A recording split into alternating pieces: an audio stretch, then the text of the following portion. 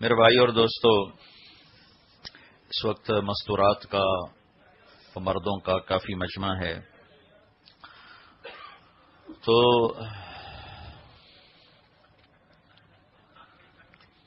چند باتیں آپ کی خدمت میں عرض کرنی ہیں جن کا تعلق ہماری اس زندگی سے بھی ہے، آخرت سے بھی ہے۔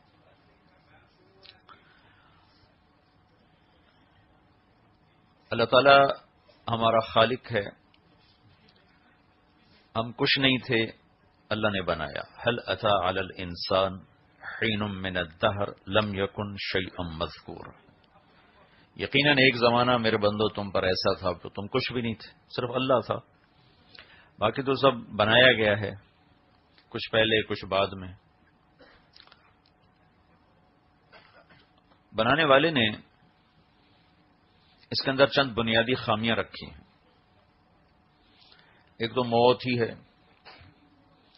کہ یہاں رہنا نہیں، چلے جانا ہے۔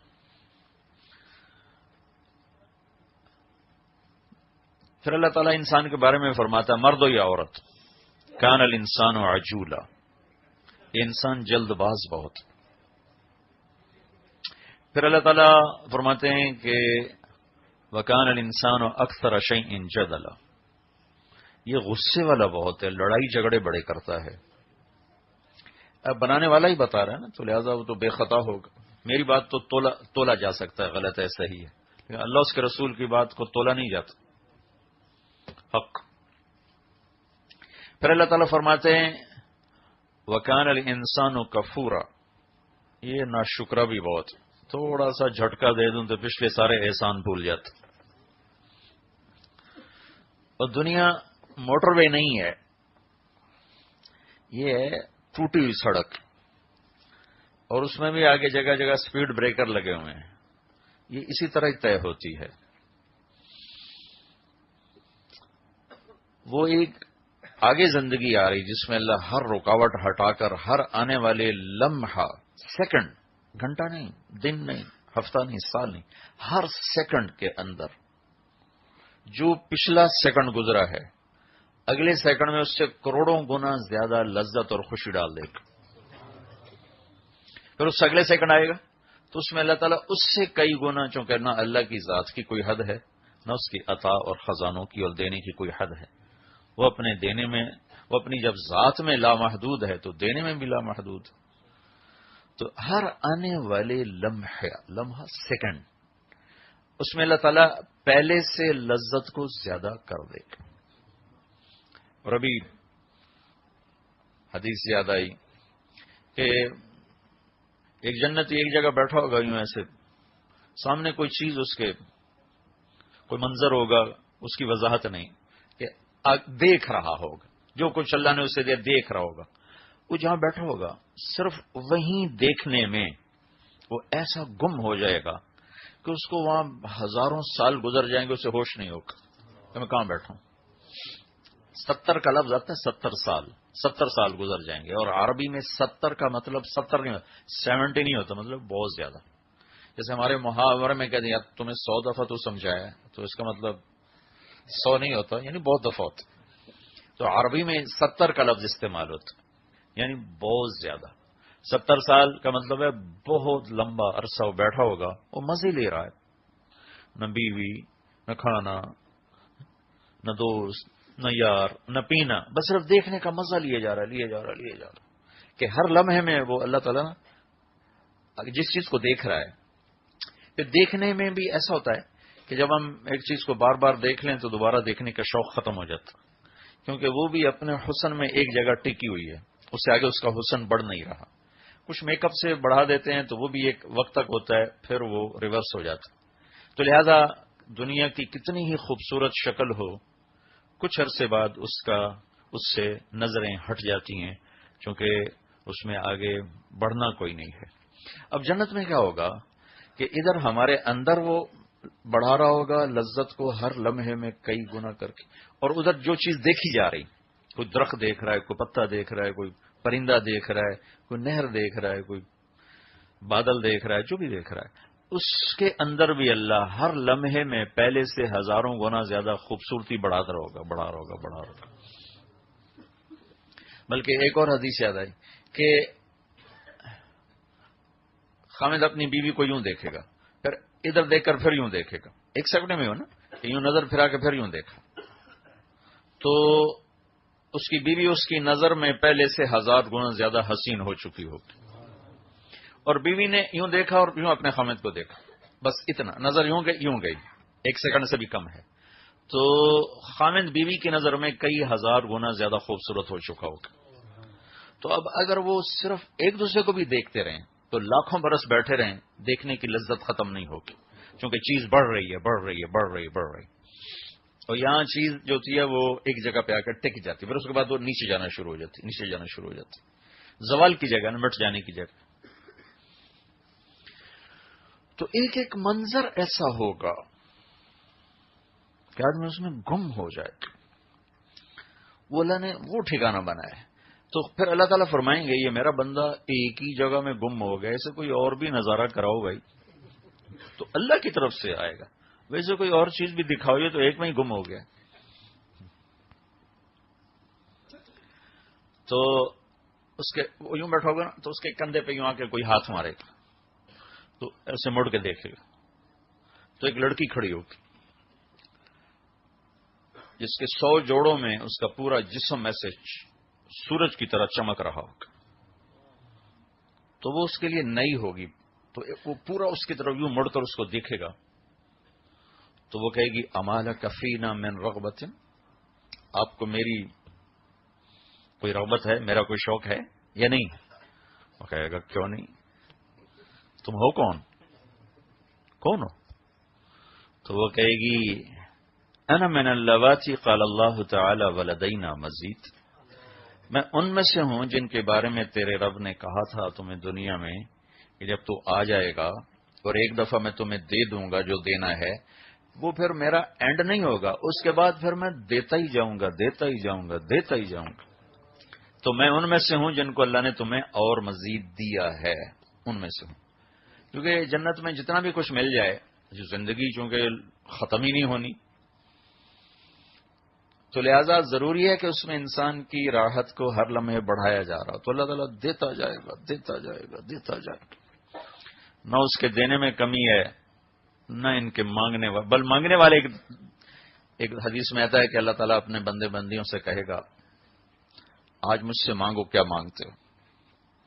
کہیں گے اللہ مانگنے کی چیز ہی کو نہیں، ہر شے سے تو نے دے دی، اب کیا مانگے؟ تو اللہ تعالیٰ کہیں گے نہیں، میں چاہتا ہوں میں تمہیں آج اپنی شان کا عطا کروں، تمہارے عملوں کا نہیں، تو اپنی شان کا۔ تو کہیں گے راضی ہو جا، تو اللہ تعالیٰ فرمائیں گے راضی ہوں تو جنت میں بٹھایا، ورنہ لتر نہ ہوں دے جو دوزخ دے، تو راضی ہوں تو یہاں بٹھایا، نہ جنت کے جوتے کھاتے، مانگو۔ تو پھر سارے مانگنا شروع کریں گے یہاں تک کہ ان کے سب سوال ختم ہو جائیں گے، تو اللہ تعالیٰ کہیں گے دیکھو میں نے تمہیں کہا میری شان کا مانگو، تو ابھی تم نے بہت تھوڑا مانگا، اور مانگو۔ پھر وہ اللہ سے مانگیں گے، مانگتے پھر اینڈ ہو جائے گا، کہیں گے یا اللہ بس، تو اللہ تعالیٰ پھر فرمائیں گے نہیں، ابھی میری شان کا نہیں شروع ہوا، میری شان کا مانگو۔ پھر وہ تیسری دفعہ بھائی تم نے کیا مانگا، ایک دوسرے سے پوچھ رہے ہیں، تو پھر زور لگا کے، اور دنیا میں ہمارا جو برین ہے یہ 5-6% کام کرتا ہے، باقی فالتو پڑا ہوا ہے، اور جنت میں اللہ سارا کھول دے گا۔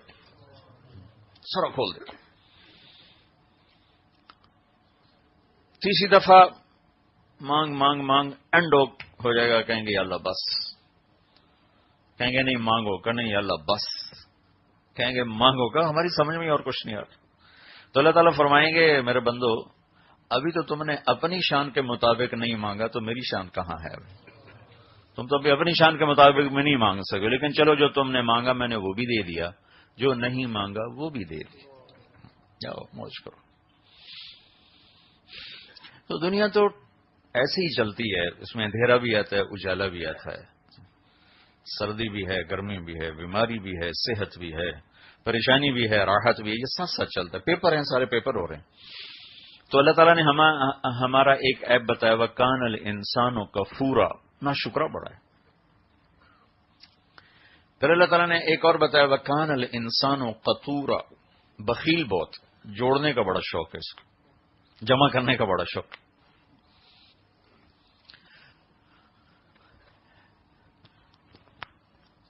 پھر اللہ تعالیٰ فرماتے ہیں خلق الانسان ضعیفا، کمزور بہت. تو اور بھی کافی سارے ہیں، لیکن یہ چند ایک میں نے صرف نمونے کے لیے آپ کو عرض کہ ان الانسان خلق ہلوعا، ہلو اذا مسہ الشر جزوعا واذا مسہ الخیر منوعا، ہلو، جزوع، منوع، کفور، کنود، قطور اور عجور، یہ ساری چیزیں اللہ تعالیٰ نے ہمیں بتلائیں کہ تمہارے اندر یہ فالٹ ہیں. یہ بتا کر اللہ نا ہمیں ایک بات سمجھانا چاہتے ہیں، کیونکہ ہمارا ساتھ شیطان بھی لگا ہوا ہے. اللہ تعالیٰ یہ سمجھانا چاہتے ہیں کہ میرے بندے، یہ تیرے اندر بنیادی کمیاں ہیں، تو دیکھ اپنی مرضی پہ نہ چلنا ورنہ ہلاک ہو جاؤ، اپنی عقل پہ نہ چلنا ہلاک ہو جاؤ. کیونکہ تمہارا بنیادی فالٹ ہے کہ تم جلد باز ہو، تم غصے والے ہو، اور تم بخیل ہو، اور تم نہ شکر ہو، اور تم ظالم ہو، ظلومن جہولا، تم ظالم ہو، تم جاہل ہو، تم بے صبر ہو، تم ناشکر ہو. تو جیسے آپ ڈاکٹر کے پاس جائیں نا تو وہ آپ کو بتا دے کہ آپ کی ٹیسٹ رپورٹ یہ ہے، تو آپ پریشان ہو کر رکھیں گے جی پھر اب مجھے علاج بتائیں میں کیا کروں. ایک دم آپ تیار ہو جاتے ہیں کہ اب یہ میرا علاج کریں، کہ مجھے کوئی طریقہ بتائیں میں کیسے نکلوں. وہ کہتا ہے یہ کھانا، یہ نہیں کھانا، یہ اس ٹائم کی دوا، یہ اس وقت کی دوا. تو اللہ تعالیٰ یہ سب کچھ ہمیں بتا کے عورتوں میں مردوں میں یہ چیزیں برابر ہیں. پھر کہا کہ اب تم ایسا کرو کہ جو میں کہوں وہ کر دو. یا ایھا الذین آمنوا آمنوا، جو میں کہوں وہ کر دو، جس سے روکوں اس سے رک جاؤ، جس کا کہوں اسے کر دو. وَمَن يُطِعِ اللَّهَ وَرَسُولَهُ فَقَدْ فَازَ فَوْزًا عَظِيمًا. پھر میری طرف سے بشارت ہے کہ اگر تم نے میرے اور میرے رسول کو راضی کر لیا اور ان کے طریقوں پر زندگی گزار لی تو بس تم اس جہان دونوں میں کامیاب ہو. تو ایک بنیادی نقطہ اللہ تعالیٰ پتہ نہیں اور کیا کیا سمجھانا چاہتے ہیں جو اس وقت میرے ذہن میں ہے کہ اللہ ہمیں اپنے اوپر اعتماد سے ہٹا رہا ہے کہ اپنے علم پر نہ چلو، جو اللہ کی طرف سے علم آئے اس پر چلو. نظر کچھ اور دیکھتی ہے، آسمان والا کچھ اور کہتا ہے. میں نے 100 روپیہ سود پہ دیا، وہ مجھے 110 ہو کے واپس ملا، تو 100 پاؤنڈ پہ 10 پاؤنڈ مجھے اضافہ ملا، تو میرے پیسے 110 ہو گئے. ایک آدمی نے 100 میں سے 10 اللہ کے نام پہ دے دیا، اس کے 90 رہ گئے. دونوں اماؤنٹ سامنے رکھو تو یہ 90 پاؤنڈ ہے، یہ 110 پاؤنڈ ہے.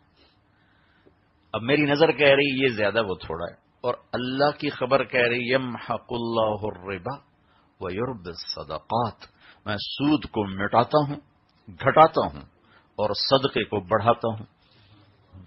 اور اس کے ساتھ اللہ کے نبی کی خبر ما نقص مال امرئ من صدقہ، اللہ کے نام پہ خرچ کرنے والے کا پیسہ کبھی نہیں کم ہو سکتا. ثلاث اقسم علیہن، میں ان پہ قسم اٹھاتا ہوں، یعنی ضمانت دیتا ہوں کہ جو اللہ کے نام پہ خرچ کرے گا اس کا مال کم نہیں ہو سکتا.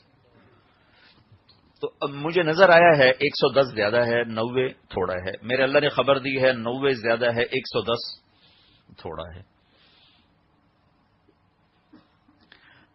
یہ اللہ تعالیٰ ہمارا ذہن بنانا چاہتے ہیں کہ جو تیرا رب کہے اس پہ چل، جو اللہ کا علم ہے اس پہ چل، اپنے علم پہ نہ چل، جو اللہ کہے اس پہ چل. اور چونکہ پھر اللہ ڈائریکٹ تو آتا نہیں تو بیچ میں نبی کو لاتا ہے، وہ جو اللہ اور بندے کے درمیان واسطہ بنتے ہیں وہ انبیاء ہیں. اور ہماری یہ لاٹری نکلی کہ ہمیں جو نبی ملے وہ محمد الرسول اللہ صلی اللہ علیہ وسلم ملے، جو سارے نبیوں میں سب سے افضل، سب سے اعلیٰ. اللہ تعالیٰ نے کسی نبی کو اپنا نام نہیں عطا فرمائے، اللہ نے اپنے حبیب کو اپنے ناموں میں سے 2 نام دیے. اللہ اپنے بارے میں کہتا ہے ان ربکم لرؤوف الرحیم، تمہارا رب رؤوف ہے، رحیم ہے. اور اللہ اپنے نبی کے بارے میں فرماتے ہیں بالمؤمنین رؤوف الرحیم، یہ میرے جو محبوب نبی ہیں یہ ایمان والوں کے لیے رؤوف ہیں، رحیم ہیں. 2 نام عطا فرمائے، رؤوف رحیم، رؤوف رحیم. اور اللہ تعالیٰ نے کسی نبی کی قسم نہیں اٹھائی، اپنے حبیب کی قسم اٹھائی، لعمرک، اے میرے محبوب تیری جان کی قسم. اللہ تعالیٰ نے کسی کے شہر کی قسم نہیں اٹھائی، آپ کے شہر کی قسم اٹھائی، وَهَذَا الْبَلَدِ الْأَمِينَ، اس شہر کی قسم. لا اقسم بهذا البلد وانت حل بهذا البلد، جس شہر میں آپ ہوں میں اس کی قسم نہ اٹھاؤں تو اور کیا کروں؟ میں اس کی قسم اٹھاؤں گا کہ آپ اس شہر میں موجود، آپ کی برکت سے وہ شہر بھی برکت والا ہے، تو میں اس کی قسم اس لیے اٹھا رہا ہوں کہ آپ اس میں موجود۔ کسی کی رسالت پہ قسم نہیں اٹھائی، آپ کی رسالت پہ قسم اٹھائی۔ یاسین والقرآن الحکیم انک لمن المرسلین، مجھے قسم ہے قرآن حکیم کی آپ میرے رسول ہیں۔ تو اللہ نے ہماری لاٹری نہیں کھا لی، اللہ نے ہمیں اپنا نبی اپنا حبیب دے دیا۔ جیسے مہربان شفیق کے ایک دفعہ حضرت عائشہ نے عرض کی یا رسول اللہ میرے لیے دعا تو کریں۔ حضرت عائشہ سب سے محبوب بیوی، سب سے زیادہ محبت جن سے تھی، اور جن کے سینے پہ سر رکھے ہوئے جان دی، اور جن کے حجرے میں ہی آپ کا ابدی قیامت تک کا آرام ہوا، وہ عائشہ۔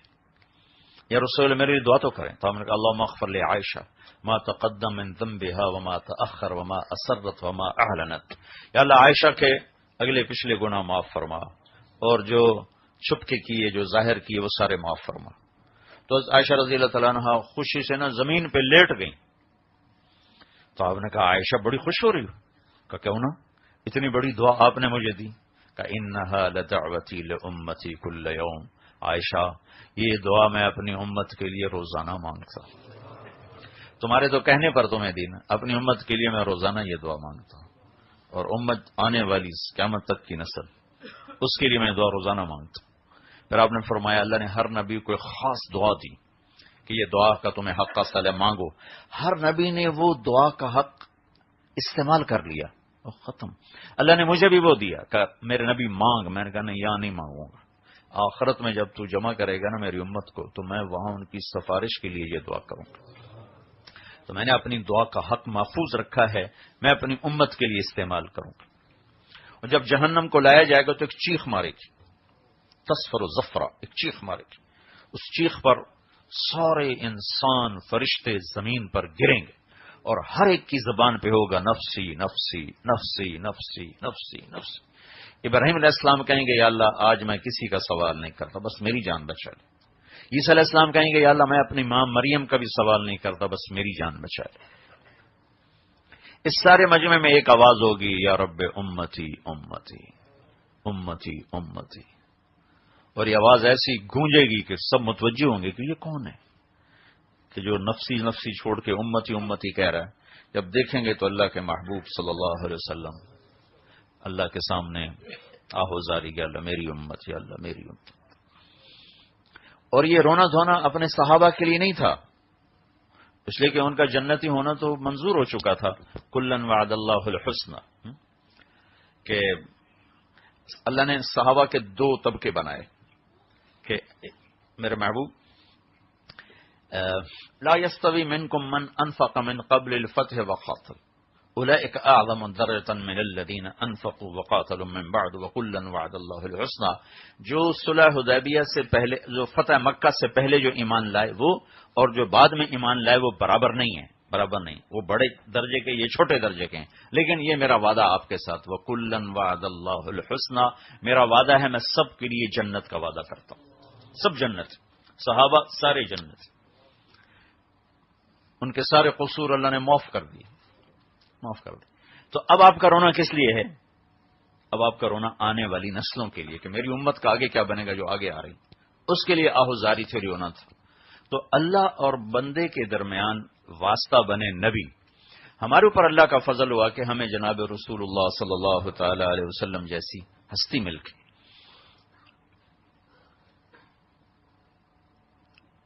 تو اوپر اللہ ہے، نیچے رسول ہے، تو یہ دونوں حضرات کا ہم سے مطالبہ ہے کہ اپنی عقل پہ نہ چلو، اپنے فیصلے خود نہ کرو، اللہ اس کے رسول کے حوالے کرو۔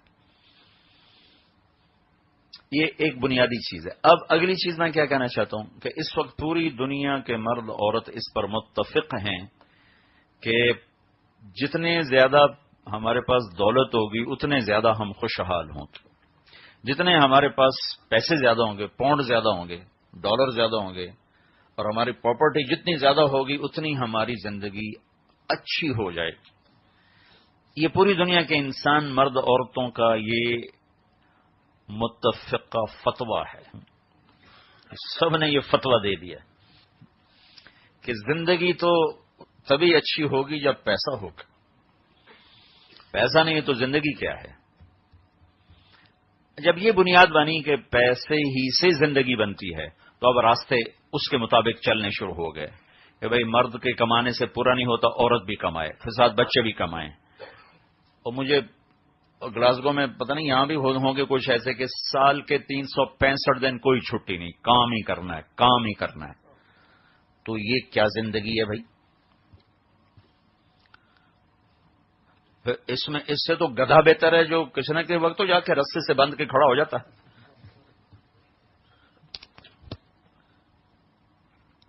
تو اب پیچھے ایک مائنڈ سیٹ ہو چکا ہے کہ جتنے ہمارے پاس پیسے زیادہ آئیں گے اتنی ہماری زندگی اچھی ہو جائے گی. اب چونکہ صرف مرد کی کمائی سے پورا نہیں ہو رہا تو عورت بھی کمائے، پھر اس سے پورا نہیں ہو تو بچے بھی کمائیں.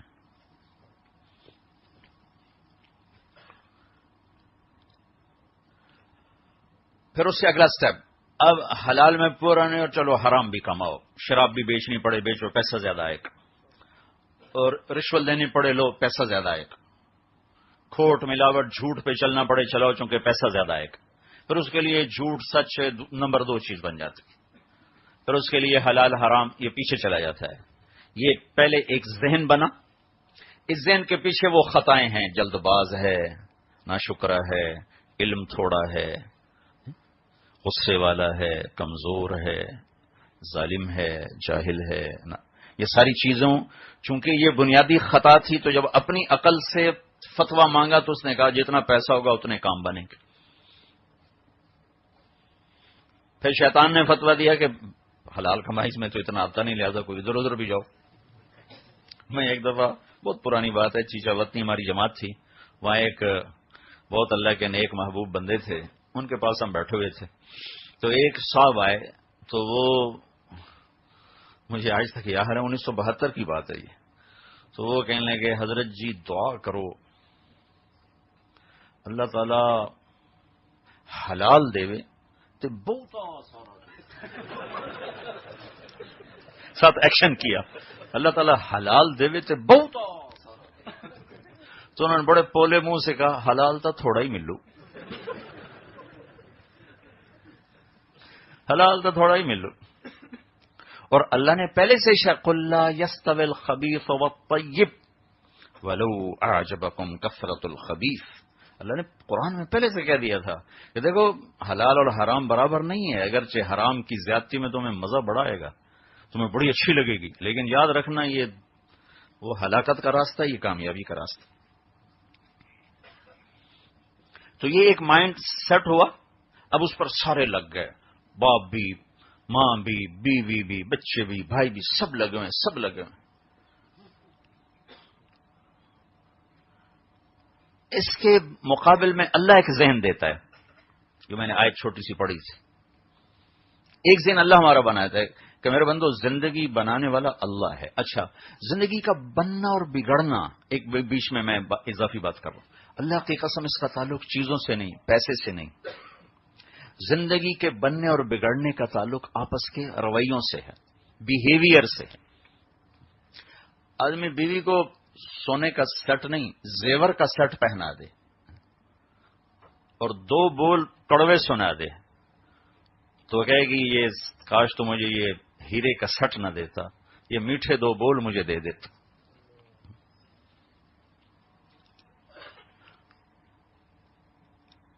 اور بیوی خاوند کی ساری خدمت کرنے کے بعد 2 بول کڑوے سنا دے تو وہ کہے گا تو میرے کام نہ کرتی، یہ 2 بول نہ بولتی.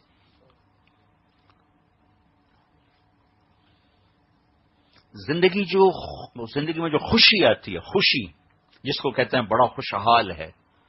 خوشحال بڑے گھر کو خوشحال نہیں کہتے، سونے چاندی کے زیورات کو اور بڑی گاڑیوں کو خوشحالی، یہ اندر کی کیفیت کا نام ہے. خوشی اندر کی کیفیت کا نام ہے، پریشانی، دکھ، غم یہ اندر کی کیفیت ہے.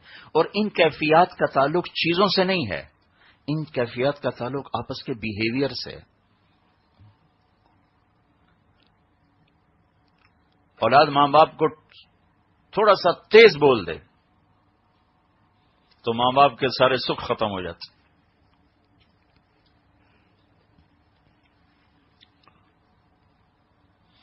ایک دفعہ ہم حجاز میں تھے تو میری بیوی نے اپنے درمیانے بیٹے کو فون کیا تو وہ کہیں سویا ہوا تھا، تو اس نے ڈھیلا ڈھالا جواب دیا، نیند میں آدمی ایسا ہی ہوتا ہے۔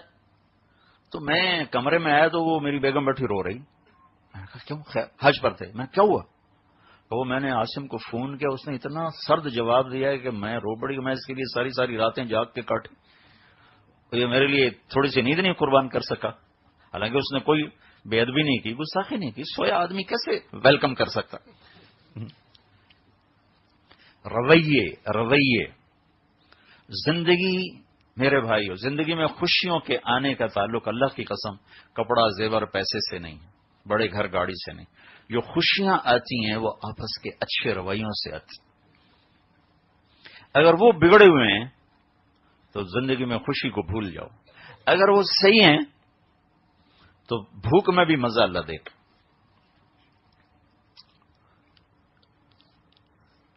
تو اللہ تعالیٰ نے ایک ہمیں بنیاد سمجھائی ہے،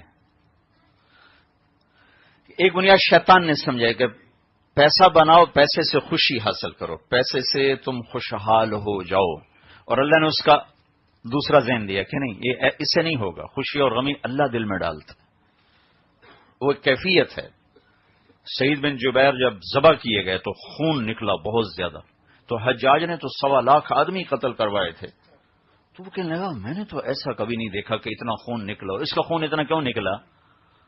تو وہ طبیب نے کہا کہ یہ آدمی آخری وقت تک، گردن پہ چھری پھرنے کے وقت تک بھی اندر سے مطمئن تھا، اس کا خون خشکی نہیں ہوا، لہذا پورا باہر نکلا۔ جو پہلے تو انہیں قتل کی وہ تلوار دیکھ کے ان کے اندر کی روح فنا ہو جاتی تھی، آدھا خون تو ویسے ہی ختم ہو جاتا۔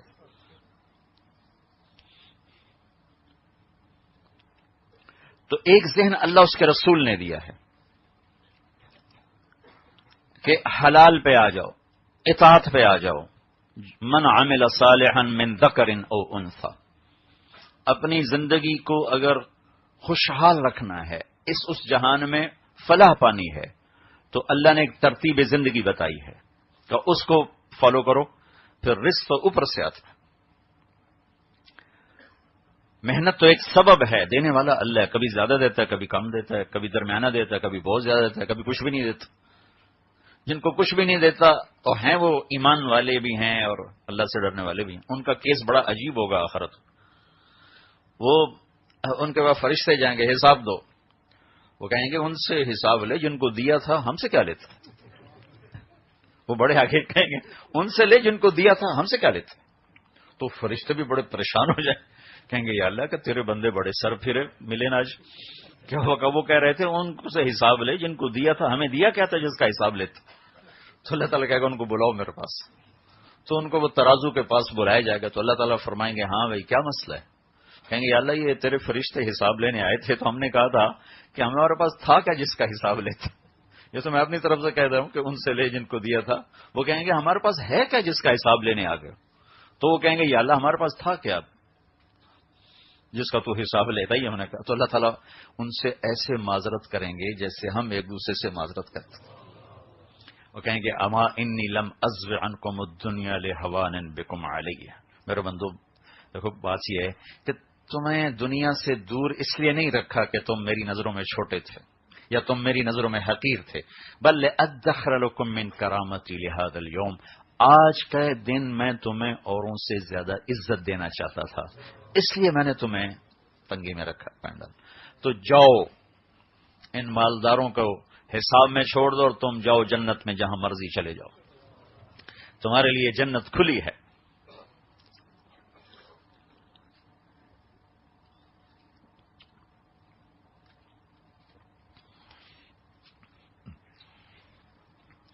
تو اللہ اس کے رسول کا دیا ہوا ذہن ہے کہ اپنے عمل پہ فوکس کرو۔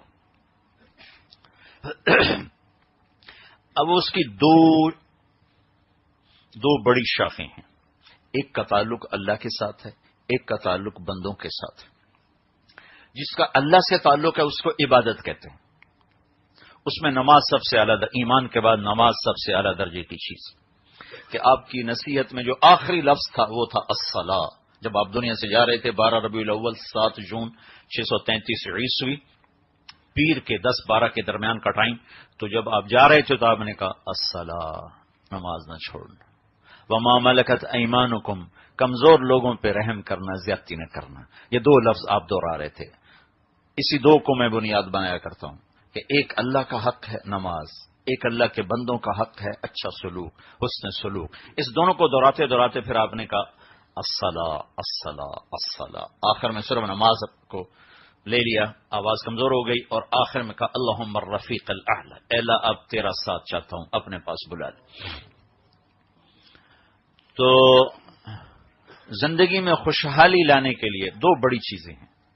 ایک اللہ سے تعلق، جس میں عبادت اور عبادت میں نماز، روزہ سال کے بعد 1 مہینہ، زکوٰۃ اور حج پیسے والوں پر، اور حج بھی پیسے والوں میں سے صحت مند پر، بیمار پر حج کوئی نہیں، چاہے مالداری ہو.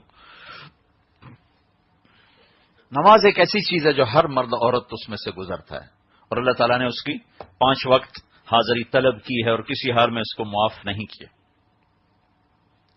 اور ساری کائنات کی عبادت کو اس میں اللہ نے جمع کر دیا ہے. پوری دنیا کے درخت کی عبادت قیام ہے، ان کی نماز کھڑے ہونا ہے. سارے درخت کھڑے ہو کر اللہ کی تسبیح پڑھ رہے ہیں. 4 پاؤں پہ چلنے والوں کی جو نماز ہے وہ رکوع ہے، وہ سب رکوع میں اللہ کو یاد کر رہے ہیں. جن کے پاؤں نہیں زمین پہ رینگنے والے ہیں ان کی نماز سجدہ ہے، اس سجدے میں اللہ کو یاد کر رہے ہیں. اور یہ جو پہاڑ ہیں، ٹیلے ہیں، ان کی نماز اتحیات ہے، جو سب اتحیات میں بیٹھے ہوئے اللہ تعالیٰ کو یاد کر رہے ہیں. پرندوں کی نماز اوپر سے نیچے، نیچے سے اوپر اڑنا، نیچے آنا اور اللہ کو یاد کرنا. تو اس میں قیام ہے، قیام کے بعد رکوع ہے، رکوع کے بعد سجدہ ہے، سجدے کے بعد پھر کھڑے ہونا ہے. تو نباتات، جمادات، حیوانات، سب کی نماز، سب کی بندگی کو اللہ نے نماز کی شکل میں ہمیں عطا فرما دیا ہے. اور ہمارے نبی کی مستقل عادت، کوئی پریشانی آتی تھی فوراً نماز پڑھتے تھے. اذا حزبہ امر فزع الی الصلاۃ، جو ہی کوئی تکلیف آتی تھی فوراً اپنا نماز کی طرف متوجہ ہوتے تھے. اور اللہ تعالیٰ نے بھی نماز کے لیے، جب معراج پہ ملاقات ہوئی تو اللہ تعالیٰ نے کتنی نمازیں دی؟ 50 نمازیں. پتہ ہے اللہ نے کہ نہیں پڑھیں گے، یہ تو 5 نہیں پڑھنی ہے، 50 کی تو پڑھیں گے. تو اللہ کو پتا ہے کہ یہ نہیں پڑھ سکیں گے، لیکن اللہ 50 دے رہا. 50 کم دے رہا؟ پہلے ہی 5 دے دے. نماز کی اہمیت بتانے کے لیے 50 نماز. اور اپنے اللہ کے نبی کا مقام تسلیم اور رضا، کہ جو اللہ کہے آمین، وہ کیسا ہے؟ اللہ کے نبی کو بھی پتا ہے کہ 50 نمازیں نہیں پڑھی جا سکتی 24 گھنٹے میں، لیکن یہ نہیں کہا یا اللہ کم کر، کہا جی ٹھیک ہے حاضر، وہ چل پڑے. ہمارے نبی کا مان جانا، سر جھکا دینا، جس کو تسلیم اور رضا کہتے، اس میں یہ شان نظر آتی ہے. اور ادھر اللہ کی طرف سے نماز کی عظمت اور اہمیت بتانے کے لیے یہ 50 کا عدد آتا ہے. جب آپ چل پڑے تو اللہ کا تو پتا ہے میں نے 5 دینی ہے. تو میں نے یہ کہیں کسی کتاب میں نہیں پڑھا، ٹھیک بھی ہو سکتا ہے، غلط بھی ہو سکتا ہے. مجھے ویسے ذاتی خیال آتا ہے کہ اللہ تعالیٰ نے انتظار کیا ہوگا کہ میرا نبی کہے گا یا اللہ کچھ کم کر. انہوں نے کہا نہیں میں تو آمین کہوں گا، ٹھیک ہے. تو جب واپس ہو لیے تو پھر اللہ تعالیٰ نے کہیں موسیٰ علیہ السلام کو خود نہ کھڑا کیا ہوگا، روک میرا نبی 50 لے جانا. مجھے لگتا ہے، میں نے کہیں چونکہ پڑھا نہیں، لیکن بات میرے دل کو لگتی میں کہہ دیتا ہوں. وہ کوئی ایسی مسئلہ بھی نہیں جس میں کوئی حلال حرام جائز ناجائز کا ہو، تو اس لیے کہنے میں حرج بھی کوئی نہیں. مجھے لگتا ہے کہ اللہ ہی نہیں کہا ہوگا موسیٰ کو کہ میرے حبیب کو واپس بھیجیے، تو 50 لے جانا. تو آگے موسیٰ علیہ السلام کھڑے ہوئے، کسی اور نبی سے جو اوروں سے بھی ملاقات، واپسی پہ پہلے ملاقاتیں ہو گئی تھیں. پہلے آسمان پہ آدم علیہ السلام، دوسرے پہ یحییٰ علیہ السلام، زکریا علیہ السلام، عیسیٰ علیہ السلام، تیسرے پہ یوسف، چوتھے پہ ادریس، 5ویں پہ ہارون، 6ٹھے پہ موسیٰ اور 7ویں پہ ابراہیم علیہ السلام. تو چونکہ موسیٰ علیہ السلام کا انداز دنیا میں بھی بڑا تھا، لاڈ و پیار والا، اللہ تعالیٰ سے لاڈ کر لیا کرتے تھے، ضد کر لیا کرتے تھے. تو شاید اس لیے اللہ نے ان کو چنا کہ ذرا روک میرے نبی کو. مجھے نہیں پتا، غلط بھی ہو سکتا ہے، ٹھیک بھی ہو سکتا ہے. تو موسیٰ علیہ السلام نے کہا یا رسول اللہ کی ملاقات جو ہوئی کیا ہوا؟ تو آپ نے کہا الحمدللہ 50 نمازیں ملی. توبہ کون پڑھے گا یا رسول اللہ، واپس جاؤ مہربانی کرو. تو ان کو واپس بھیجا 6ٹھے آسمان سے 7واں سے سدرۃ المنتہا. پھر انہوں نے عرض کی اللہ کچھ کمی ہو جائے. تو اللہ تعالیٰ نے 45 کم کرنے کی بجائے 5 کم کی. اچھا میرا نبی 5 گھٹا دیتے. پھر واپس، پھر آگے موسیٰ علیہ السلام کھڑے ہوئے. اب اللہ نے کھڑا کیا یا خود کھڑے ہوئے تو اللہ ہی جانتا ہے. تو یا رسول اللہ کیا ہوا؟ کہا 5 کم ہوئی ہیں. کہا نا بہت زیادہ ہیں. واپس 9 5 45 9 چکر لگوائے، آنا جانا آنا جانا آنا. اگرچہ وہ ایک پل میں ہو رہا تھا لیکن سفر دیکھو، چھٹے سے ساتویں آسمان سے سدرۃ المنتہا، مسافت کے لحاظ سے تو وہ کروڑوں سال کی مسافت طے ہو رہی تھی لمحے میں. 9 چکر آنے جانا ایک، اور اگر آنا الگ چکر جانا الگ تو 18 دفعہ. اور 5 5 5 5 5 کی کمی ہو رہی ہے. یہ نماز کی عظمت بتانے کے لیے کہ آئندہ آنے والے زمانوں میں اللہ کو دیکھ رہے تھے کہ نماز چھوٹ جائے گی. جب 5 رہ گئیں تو پھر موسیٰ علیہ السلام کھڑے ہوئے. یا رسول اللہ کیا ہوا؟ کہا بھائی 5. کہا نہیں بہت زیادہ ہیں، واپس جائیں. کہنے لگے نہیں اب مجھے شرم آتی ہے تو 5 5 کم ہو رہی ہیں. اب گیا تو یہ 5 چلے گئی تو پھر میری امت کا کیا بنے گا؟ کہنے اب مجھے شرم آتی، میں نہیں جاؤں گا. کہ یا رسول اللہ پھر دیکھ لیں، میری امت پہ 2 نمازیں فرض تھیں، انہوں نے کوئی نہیں پڑھی، تو یہ 5 کیسے پڑھیں گے؟ جیسے موسیٰ علیہ السلام نے سارے لندن کو پہلے دیکھ لیا تھا. یہ 5 کیسے پڑھیں گے؟ بنو اسرائیل پہ 2 نمازیں فرض تھی، فجر کی 2 رکعت، عصر کی 2 رکعت، اور وہ باجماعت نہیں تھی، اپنی اپنی. تو اللہ تعالیٰ نے 5 5 گھٹائیں. تو جب موسیٰ علیہ السلام کو اب پار کر گئے نے کہا نہیں میں نہیں اب واپس جاتا. تو پھر اللہ کی آواز ہے، میرے محبوب تمہاری امت کے پڑھنے کی 5 اور میرا وعدہ وہی، میرا بول وہی، میں لکھوں گا 50. ہر نماز کو 10 گنا کر کے میں لکھ دوں گا. تو 5 پہ 50 لکھی جائیں گی روزانہ. ہر گھر میں کوئی بچہ بچی مرد عورت بے نمازی نہ ہو. جاب کا مسئلہ ہے تو اب تو یہاں وہ دور نہیں ہے کہ آپ کو کوئی نماز نہ پڑھنے دے. نماز کا اہتمام رکھو، چاہے اپنی شاپ ہے چاہے جاب ہے. نماز کے لیے مرد کوشش کرے، مسجد قریب ہے تو مسجد میں جا کے نماز پڑھے، مسجد دور ہے تو اپنی دکان میں نماز کا اہتمام کریں، انتظام کریں. یہ عبادات ہے. پھر اس کے ساتھ قرآن کی تلاوت. پھر اللہ تعالیٰ تہجد کی ہمت دے دے تو سردیوں میں تو آپ کے لیے تہجد پڑھنا بہت آسان ہے. لمبی راتیں سو کے آدمی تھک جاتا. اور اللہ کے نبی چونکہ صرف طاقتور لوگوں کے نبی نہیں تھے، کمزوروں کے نبی بھی تھے، تو آپ بڑی آسانیاں لے کر آئے. ایک آدمی کہتا ہے جو مجھ سے نہیں صبح اٹھا جاتا پچھلی رات، کوئی بات آپ سونے سے پہلے 2 نفل پڑھ لو، 4 پڑھ لو، وہ بھی آپ تہجد گزاروں میں آپ کا شمار ہوگا. وہ بھی تہجد ہے. سونے سے پہلے 2 نفل پڑھ لے، 4 پڑھ لے، 6 پڑھ لے، تو اس کو بھی تہجد گزاروں میں لکھا جائے گا. اور اس سے بھی آگے بتاؤں، ایک آدمی نے عشاء کی نماز باجماعت پڑھی، فجر کی باجماعت پڑھی اور نہیں اٹھ سکا تہجد میں، وہ رات ساری اس کی عبادت میں لکھی جائے گی. دوسرا زندگی کا جو جز ہے، جو اللہ کے بندوں سے معاملہ، جس کو حقوق العباد کہتے ہیں، اس کو اللہ کی ترتیب کے مطابق چلانا اور چلنا. یہ 2 کام اکٹھے ہوں گے تو زندگی خوشحال اور خوشنما بنے گی. یہ نہیں ہوں گے تو پیسے سے نہیں بنتے.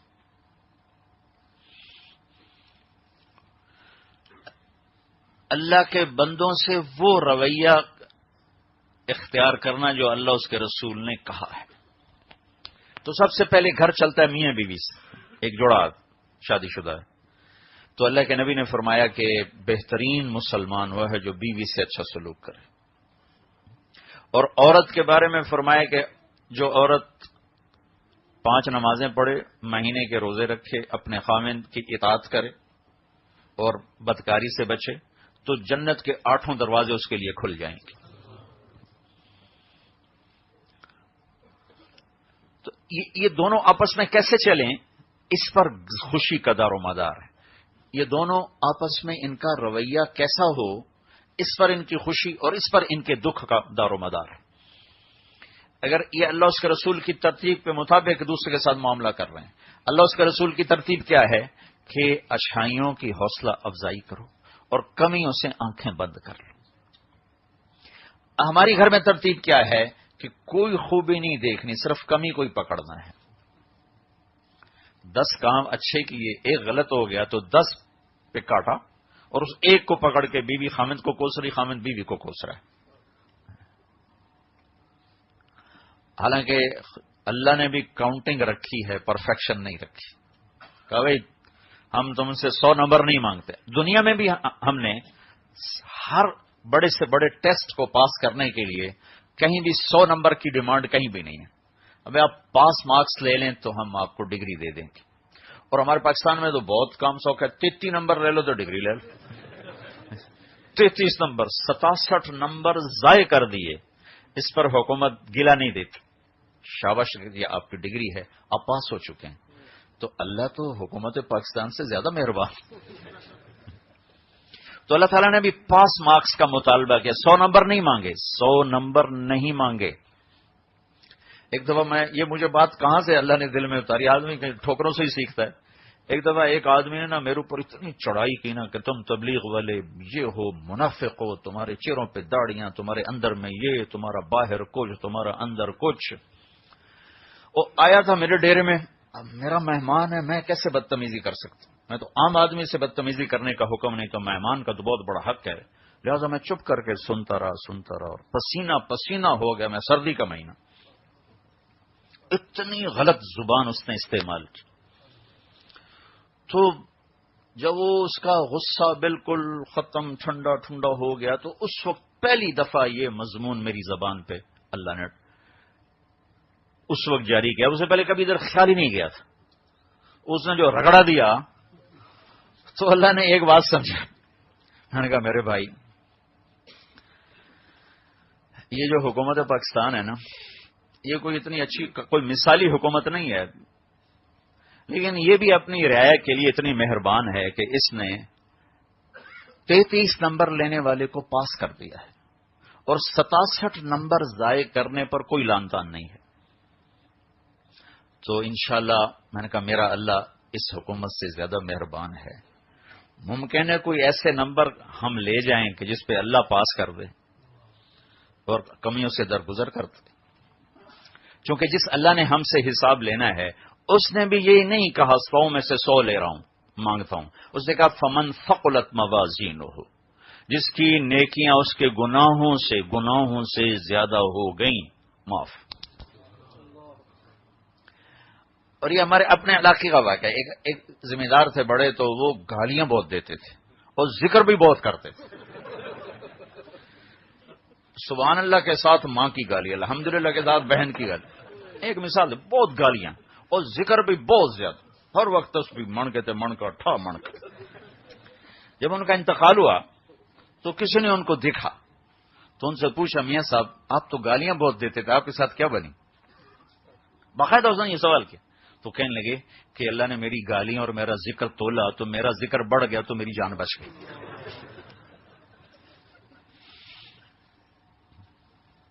تو اللہ تعالیٰ نے پرفیکشن نہیں مانگی، کاؤنٹنگ ہے کہ اگر تم اپنی نیکیاں گناہوں سے زیادہ لے آتے ہو تو میں تمہارے گناہوں کو معاف کر دوں گا، اگر تمہارے گناہ بڑھ گئے نیکیوں پر تو پھر اللہ نے کہا قانون یہ ہے کہ میں تمہیں سزا دوں گا، اور باقی میری مرضی میں جس کو چاہے معاف کر دوں۔ اور نور جہاں مرحومہ فوت ہوئی نا 27 رمضان، شب قدر رمضان، تو کئی اللہ جی ویکھو جی نور جہاں 27 رمضان نمبر کے، میں کہا اللہ تو مقدمہ کرو، میں کہا اللہ پہ کیس کر دو، اور وہ کہتا ہے یغفر ما دون ذلک لمن یشاء، ایک شرک معاف نہیں کروں گا، باقی جسے چاہوں معاف کر دوں۔ تو اب تم ایسا کرو اللہ پہ کیس کرو۔ اعتراض والی طبیعت پھر کہاں تک چلی جاتی؟ تو اس نے کہا ہے بس شرک معاف نہیں ہے، باقی میری مرضی جس کو چاہوں معاف کر دوں۔ تو کبھی کسی کی کمی دیکھ کر اس کی حقارت دل میں نہ لانا۔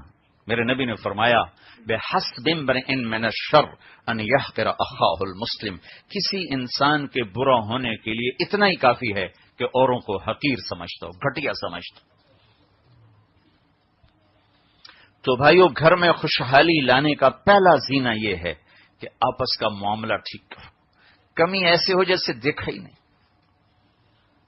اور خوبی ہو تو حوصلہ افزائی کرو۔ ایک پیر صاحب گئے اپنے مرید کے ہاں کھانا کھانے، تو ان کی بیگم نے کھانا بنایا، تو پیر صاحب کو پسند آیا، تو انہوں نے کہا ذرا اپنی بیگم کو بلاؤ، تو آ گئی. کہا بیٹی تیرے ہاتھ کا کھانا کھایا بہت اچھا تھا، تو تیرا شکریہ ادا کر رہا ہوں. تو وہ زارو قطار رونے لگی. تو پیر صاحب بڑے حیران ہوئے کہ اس میں رونے والی کیا بات. انہوں نے کہا بیٹی اس میں رونے والی کیا بات ہے. کہا جی آپ کے مرید صاحب کے گھر مجھے 30 سال ہو گئے ہیں، اس نے ایک دفعہ کبھی مجھے شکریہ نہیں کہا کہ تو نے آج اچھا کھانا بنایا. کوئی نہ کوئی اے بھی کھڑا ہے لون گھٹتے آج مرچاں واد دیں. تو حوصلہ شکنی یہ زندگی کو ختم کر دیں، جو لائف کوالٹی زیرو ہو جاتی. لائف دیکھو، زندگی احساسات کا نام ہے، زندگی چیزوں کا نام نہیں ہے. زندگی احساسات کا نام ہے. اور احساس تم میت کو تاج پہنا دو یا میت کو ننگا کر دو، اس کے لیے کیا ہے؟ برابر ہے. یہ جسم تو ایک مٹی کا ڈھیر ہے، اس کو سونے کے تاروں کا لباس پہنا دو یا ٹاٹ کا لباس پہنا دو، اندر جو احساس ہے وہ زندگی ہے. دیکھو نا، ایک آدمی کی انگلی کٹ جاتی ہے لیکن وہ موجود ہے، چونکہ جسم کا ایک حصہ گیا ہے، روح موجود ہے، لہذا وہ زندہ ہے. آج ایک صاحب آئے، پاؤں بھی کٹا ہوا، دوسرا پاؤں بھی کٹا ہوا، لیکن زندگی اندر کی روح کا نام ہے، وہ موجود ہے. تو احساسات جب زخمی ہوتے ہیں تو زندگی برباد ہو جاتی ہے، اور احساسات جب پروان چڑھتے ہیں تو زندگی خوشحال ہو جاتی ہے. اور احساسات کو توڑنے والی چیز وہ رویہ ہے، وہ سلوک ہے، اور احساسات کو پروان چڑھانے والی چیز بھی آپس کا سلوک اور رویہ ہے.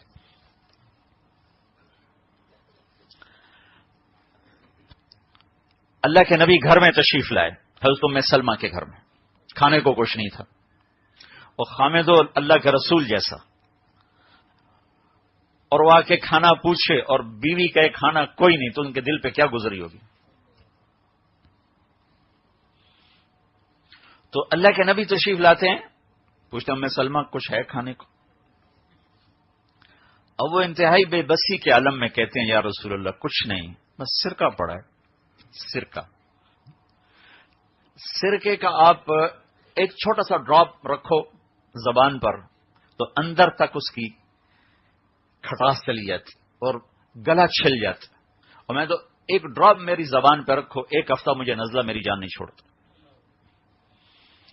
کوئی کھانے کی چیز نہیں ہے. تو اب آپ نے دیکھا کہ ام سلمہ پر ندامت ہے. سبحان اللہ، واہ واہ. تو آپ نے کہا اچھا نعم الادام الخل. ہمیں کہا ام سلمہ سرکے جیسا تو سالن ہی کوئی نہیں. ہوئے ہوئے ہوئے ہوئے ہوئے، کیا کمال ہے. ان کو ایک دم اس احساس سے باہر نکالا کہ بھلا سرکہ سالن بن سکتا ہے. 2 لقمے نہیں کھائے جا سکتے اس سے. اور میرے نبی نے کہا نعم الادام الخل. ام سلمہ سرکے جیسا تو کوئی سالن ہے ہی نہیں. حوصلہ افزائی فرمائی. یہ بھی تو کہہ سکتے تھے اتنی غفلت تو یہ نہیں پتا تھا میں آ رہا ہوں، کسی پڑوسی سے سالن لے کے آ جاتی، کیا مسئلہ تھا. صبح بھی نہیں کھائی، اب بھی میرا تم نے کوئی خیال نہیں کیا. ایک زندگی سمجھانی تھی نا. نعم الادام الخل. ایک دوسرے کی حوصلہ افزائی. کوئی انسان وہ انسان ہی نہیں جو کمیوں سے پاک ہو، وہ تو پھر یا فرشتہ ہے یا نبی ہے. تو انسان کمیوں کے ساتھ ہی چلتا ہے. اور جب تم کہتے ہو میں نے قبول کیا تو اس کو ساری کمیوں کے ساتھ تم قبول کر رہے ہو. اور جب لڑکی کہتی ہے میں نے قبول کیا تو وہ ساری کمیوں کے ساتھ اسے قبول کر رہی ہے. تو لہذا کمیوں کو ساتھ لے کے قبول کرنا، یعنی کہ کمیاں نکال کے نہیں، اس سمیت قبول کرنا ہے.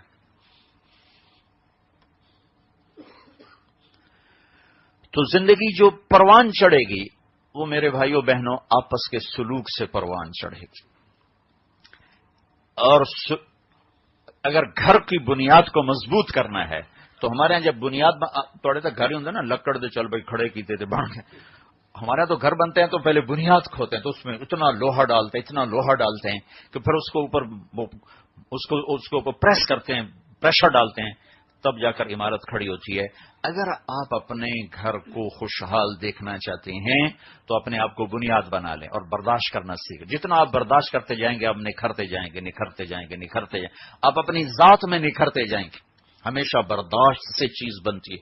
جسم کو خوبصورتی بھی برداشت سے ملتی ہے۔ کیا ویٹ اٹھاتے ہیں اور مسل اس کو سہتا ہے تو ابھرنا شروع ہو جاتا ہے۔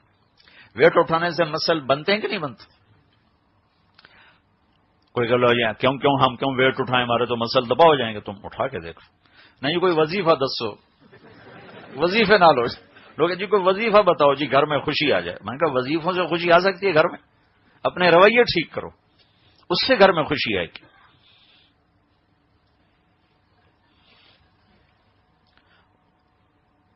وہ ایک مجھ سے اکثر پوچھتے ہیں جی آپ کا حافظہ بڑا اچھا ہے، کوئی آپ نے کوئی وظیفہ پڑھا ہے؟ میں کہا یا قوی کہ تم 1000 تسبیح پڑھ کے یا قوی طاقت دینے والے، پھر اپنا مسل دیکھو تو کوئی وہ بڑھے گا؟ اور اللہ بندو، ہر چیز کی ایک ترتیب، اس ترتیب سے وہ چیز ملتی ہے۔ تو گھر کی بنیاد بن رہی، میاں بیوی پہ گھر کی بنیاد۔ آدم اور حوا میاں بیوی آئے تھے، پھر آگے نسل آگے چلی۔ آدم اور حوا میاں بیوی آئے تھے تو ان کی زندگی میں خوشی آئے ایک دوسرے کی برداشت کرنا۔ ہیرا کیا ہے؟ کوئلہ ہی تو ہے، لیکن وہ سہتے سہتے سہتے سہتے سہتے جب آخری حد پہ آتا ہے تو اللہ اسے چمکا کے ہیرا بنا دیتا۔ ایسے ہی انسان جب اپنوں کی غیروں کی سہتا ہے، برداشت کرتا ہے، تو پھر چمک کے اللہ تعالیٰ اس سے نورانی بنا دیتا ہے، اور اسے اوروں کے لیے ہدایت کا سبب اور ذریعہ بنا دیتا ہے۔ ایک دفعہ موسیٰ علیہ السلام نے کہا یا اللہ میں تو بڑا جلالی اور غصے والا ہوں، تو نے مجھے نبی کیسے بنا دیا؟ موسیٰ علیہ السلام اللہ سے بڑے لاڈ کیا کرتے تھے۔ اللہ نے کہا نا، کہنے لگے یا اللہ میں نے تمہیں دیکھنا ہے، تو اللہ نے کہا نہیں دیکھ سکتا، نہیں ایک باری تو دیکھنا۔ تو اللہ کے نبی نے فرمایا کہ یہ موسیٰ ہی تھے جو ضد کر گئے، میرے جیسا ہوتا تو کبھی یہ ہمت نہ کرتا کہ اللہ کہے نہیں اور وہ کہتے ہاں، کہ نہیں ایک دفعہ تو دیکھنا ہے۔ تو یا اللہ میں تو بڑا غصے والا تھا، مجھے نبی کیسے بنا دیا؟ تو اللہ کہنے لگے جب تو شعیب کی بکریاں چراتا تھا تو ایک بکری بھاگ پڑی، تو اس کے پیچھے بھاگا اور تجھے بڑا غصہ چڑھا کہ قابو میں آتے ہی ایک ڈنڈا اس کی کمر پہ مارنا، اس کی کمر توڑ دینی۔ تو بھاگ بھاگ بھاگ اس نے تمہیں بہت تھکایا، اور جب تو نے اس کو پکڑ لیا تو نے اس کو ڈنڈا مارنے کے بجائے اس کے پاؤں دبانے شروع کر دیے کہ کملی تو نے مجھے بھی تھکایا، خود بھی تھکی، کہ مت تیری اے گل چنگے لگی میں نبی بنا دیا۔ ایک بکری کی برداشت کر لیں۔ تو اگر آپ کوئی خاتون یہ چاہے کہ میرا خامن میرا بن جائے، خامن یہ چاہے میری بیوی میری بن جائے، ایک دوسرے کی برداشت شروع کر دو، ایک دوسرے کی تعریف شروع کر دو۔ لیکن بیوی خامن سے 100 نمبر کی ڈیمانڈ کرے، خامن بیوی سے 100 نمبر مانگے تو یہ گھر آباد نہیں ہو سکتا۔ ایک دوسرے کو قبول کرنا ہے کمیوں کے ساتھ قبول کیا ہے تو اس کو پھر نبھانا ہے۔ عبادات ہماری بنیاد بنے گی، ہماری عمارت بنے گی۔ عمارت کے بعد آپ دیکھتے ہیں نا، پھر اس کے اوپر جو بعد میں جو پیپر لگتے ہیں اور پھر سارا اس کی ڈیکوریشن ہوتی ہے، یہ وہ خوبصورت رویے ہیں جس سے آپ اپنے گھر کو خوشحال بنا سکتے ہیں۔ کچھ بھی نہ ہو گھر میں، لیکن آپ کے گھر میں خوشی ہوگی کہ آپ کا رویہ ایک دوسرے کے لیے ٹھیک ہے اور آپ کا رویہ ایک دوسرے کے لیے بہتر ہے۔ اللہ کے نبی صلی اللہ تعالی علیہ وسلم، حضرت عائشہ رضی اللہ عنہ کی عمر چھوٹی تھی تو مدینے کی لڑکیوں کو خود بلاتے تھے کہ آؤ عائشہ کے ساتھ کھیلو، خود بلاتے تھے۔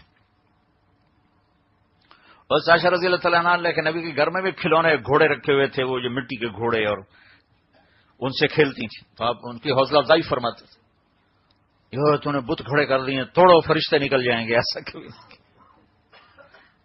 ایک دفعہ آ گئے حبشہ کے لوگ، ایتھوپیا کے، وہ مسجد میں نا وہ کر رہے تھے، اس سے ان کا ایک رقص ہوتا تھا، ان کا اپنے علاقے کا رقص جو وہ کرتے تھے تلواروں کے ساتھ، برچھوں کے ساتھ، برچھا چھوٹا ہوتا، تو ان کی وہ ٹھا ٹھا کی آواز آئی تو حضرت عائشہ کو پتہ چلا کہ وہ حبشی کھیل رہے ہیں، رقص کر رہے ہیں، تو انہیں عرض کی یا رسول اللہ میں دیکھنا چاہتی ہوں۔ تو آپ یہ بھی تو کہہ سکتے تو نبی کی بیوی ہے اور تو یہ کیا کھیل تماشے دیکھتی، چل بیٹھ کے قرآن پڑھ. آپ کہا اچھا چلو آؤ آؤ. تو آپ دروازے میں کھڑے ہو گئے اور حضرت عائشہ کو پیچھے کھڑا کیا تو آپ کی اوٹ میں ہو کر کلو دیکھو اب دیکھ رہے ہیں کھڑے کھڑے کھڑے اللہ کے نبی تھک کے کبھی یوں ہو جاتے پھر کبھی یوں ہو جاتے، ایک پاؤں پہ کھڑے ہو کر پھر دوسرے پاؤں پر ایسے ہو جاتے، پھر کہنے کہ عائشہ بس نہ کریں کہ نہیں ابھی میرا دل نہیں پڑا. اچھا ٹھیک ہے. پھر کھڑے ہوئے ہیں کبھی یوں ہو رہے ہیں کبھی یوں ہو رہے ہیں کبھی یوں ہو رہے ہیں. اور یہ کعبہ قوسین او ادنا ہے. اللہ کے بعد اگر کوئی ہستی ہے تو وہ محمد الرسول اللہ صلی اللہ علیہ وسلم. یہاں تک کہ حضرت عائشہ رضی اللہ تعالیٰ عنہا خود تھک کے پیچھے ہٹیں تو آپ واپس ہوئے. آپ نے نہیں کہا بس کرو. یہ رویے ہیں. 2 مہینے گھر میں اب چولہا نہیں جل رہا لیکن بیویاں خوش ہیں کہ خاوند کا سلوک اچھا ہے، خاوند کا رویہ اچھا ہے. اعلیٰ ترین چیزیں گھر میں بھر دیں لیکن آپس میں دونوں کے بول غلط ہوں، رویے غلط ہوں تو دونوں کی زندگی برباد ہو جائے گی. بیوی بار بار خاوند کو ٹوکے، بار بار اس کی کمیوں کو چھیڑے تو زندگی کی لائف کوالٹی ختم ہو جائے گی. خاوند بیوی کو بار بار ٹوکے، اس کی کمیوں پر اسے پکڑے اور تانے دے تو لائف کوالٹی ختم ہو جائے گی. ابھی میں آ رہا تھا تو ایک نوجوان ملا، کہا جی لوگوں میں محبوب بننے کا کوئی وظیفہ بتائیں. ہمارے ملک میں وظیفے پوچھنے کا بڑا رواج، کم کوئی نہیں کرنا با کوئی وظیفہ دسو. حضرت عمر رضی اللہ تعالیٰ عنہ جمعہ پڑھا کے نکلے تو کچھ نوجوان ایک کونے میں بیٹھے تھے. آپ نے کہا کون لوگ ہو؟ کہا جی ہم یقین والے ہیں. کہا تمہاری ایسی تیسی. لاٹھی اٹھائی اور ان کی پٹائی شروع کر دی کہ تم یقین والے ہو، تم کہو گے کہ آسمان سے سیدھی روٹی تمہارے اوپر گرے، نکل جاؤ. اللہ تعالیٰ کہتا ہے نماز پڑھ کے جاؤ، میرا رزق تلاش کرو. آج کے بعد کوئی یہاں نظر آئے تو اس کی ٹھکائی کروں گا ایسے ہی. کہ آسمان سے سونا چاندی نہیں برستا، پانی برستا ہے، پھر زمین میں جذب ہوتا ہے، پھر ذمہ دار دانہ ڈالتا ہے، پھر اللہ اسے اگاتا ہے. کہا جی کوئی محبوب بننے کا وظیفہ بتاؤ. میں نے کہا وظیفہ کوئی نہیں، ایک چھوٹا سا عمل ہے کہ سب سے محبت کرو، وہ کسی کا بغض دل میں نہ رکھو اور کسی کی کمی پر اسے حقیر نہ جانو. لوگ تم سے محبت کریں چونکہ ہر ایکشن کا ری ایکشن اس کائنات کا لازمی قانون ہے. صرف میں نے یہ جو ہاتھ ہلایا ہے اس پر کتنی ہوا ریئیکٹ ہو کر میری طرف آئی ہے، جو ادھر گئی ہے کچھ ادھر آئی. ہر ایکشن کا ری ایکشن لازمی ہے. اگر میں لوگوں کو حقیر سمجھوں گا تو محبت کی توقع چھوڑ دوں. قدم قدم پہ بیوی مجھے ٹوکے پھر کہے میرا خاوند مجھ سے محبت کرے، میں قدم قدم پہ بیوی کو ٹوکوں پھر میں کہوں میری بیوی مجھ سے محبت کرے. ایسا نہیں ہو سکتا. جیسا ایکشن ہوتا ہے ویسا ری ایکشن ہوتا ہے. تو اللہ کے نبی نے 11 شادیاں کی. کوئی عورتوں کا شوق لگ گیا تھا. عورتوں کا شوق ہوتا ہے تو 25 سال کا نوجوان 40 سال کی عورت سے شادی کیوں کرتا؟ اور وہ عورت جس کے 2 شادیاں پہلے ہو چکی ہیں اور ہر ایک سے اولاد ہے، ہر ایک سے اولاد. آپ 25 سال 40 سال 15 برس کا فرق اور پوری بھرپور جوانی 50 سال کی عمر تک جو ہوتی ہے ایک عورت کے ساتھ گزارتے، اور 50 سال کے بعد شادیاں شروع کی تو اکٹھی 10 کر دی. 13 برس کے اندر 10 شادیاں. یہ سب حکمت تھی. اپنا سلوک دکھانا تھا، اپنا رویہ دکھانا تھا کہ گھر والوں کے ساتھ کیسے زندگی گزاری جاتی ہے. یہ رویہ دکھانا تھا. آپ کی عادت مبارک تھی اثر کے، چونکہ آپ کے 9 گھر موجود تھے، 2 تو فوت ہو گئی، آپ کے 9 موجود تھے تو آپ عصر کی نماز پڑھ کے روزانہ ہر بیوی کے پاس جاتے تھے. عصر کے بعد سب سے ملتے تھے. پھر جس گھر میں ہوتے تھے اس میں آ جاتے، اور مغرب کی نماز پڑھتی ساری بیویوں کو اس گھر میں بلاتے تھے جس میں ہوتے تھے. سب سے پہلے فردن ان کے پاس ملاقات کرنا حال، پھر سب کو جمع کر کے ان سے اجتماعی طور پر حال لینا، پھر ان کو رخصت کرنا. گھر میں فاقہ اور سب بیویاں خوش. کیوں خوش ہیں؟ زبان کا بول ٹھیک ہے، اخلاق اچھے ہیں. آپ نے فرمایا جو لوگ اپنی عورتوں پہ ہاتھ اٹھاتے یعنی مارتے ہیں، ان میں کوئی بھلائی نہیں جو عورتوں پہ ہاتھ اٹھاتے.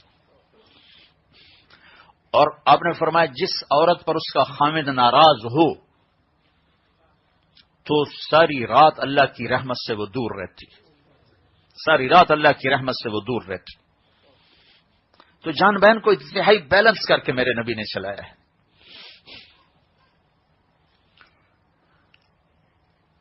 پھر یہاں بھی اب چونکہ تیسری چوتھی نسل آ گئی ہے تو ایک جوائنٹ فیملی سسٹم بنا ہوا ہے. تو پیچھے ماں باپ ہوتے ہیں, آگے اولاد ہوتی ہے, اور بیچ میں میاں بیوی ہوتے ہیں. پیچھے ماں باپ کے اپنے تقاضے ہوتے ہیں, اولاد ہوتی ہے ان کے اپنے تقاضے ہوتے ہیں, میاں بیوی کے آپس کے اپنے تقاضے ہوتے ہیں. ان سب میں اگر ہم اللہ اس کے رسول کی ترتیب پر چلیں گے تو آپ بڑی خوشی کی زندگی گزار سکتے ہیں. میرے ماں باپ کا میرے اوپر پورا حق ہے, میری بیوی پر کوئی نہیں ہے. ماں باپ کی خدمت میرے ذمہ ہے, میری بیوی کے ذمہ نہیں ہے. لیکن ماں باپ کی مداخلت اتنی ہو جاتی ہے کہ گھر ٹوٹ جاتے ہیں, طلاقیں ہو جاتی. میں جس دن آ رہا تھا رات کو لاہور میں, تو 1 بجے فلائٹ, 3 بجے فلائٹ تھی, تو سونا کیا تھا, تو میں جاگ رہا تھا.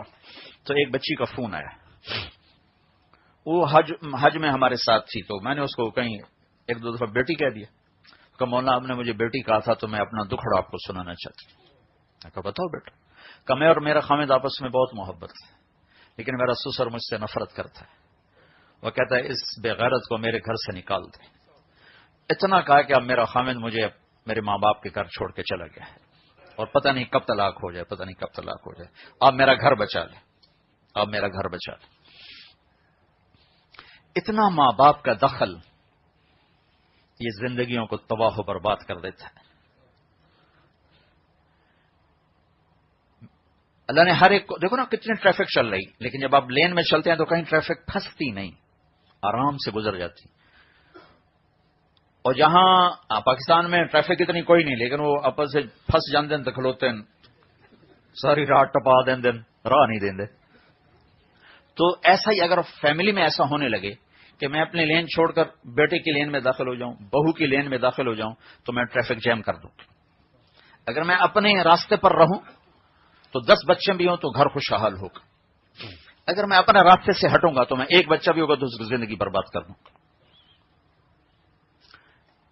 ایک جگہ لاہور یونیورسٹی ہے, ایک UMT, میں نے وہاں بیان کیا, تو اس کے بیان کے بعد ایک بچی کا پیغام آیا کہ آپ سے ملنا چاہتی ہوں. تو برابر والے کمرے میں وہ تھی, تو میں وہاں چلا گیا, تو وہ زاروں قطار رو رہی تھی.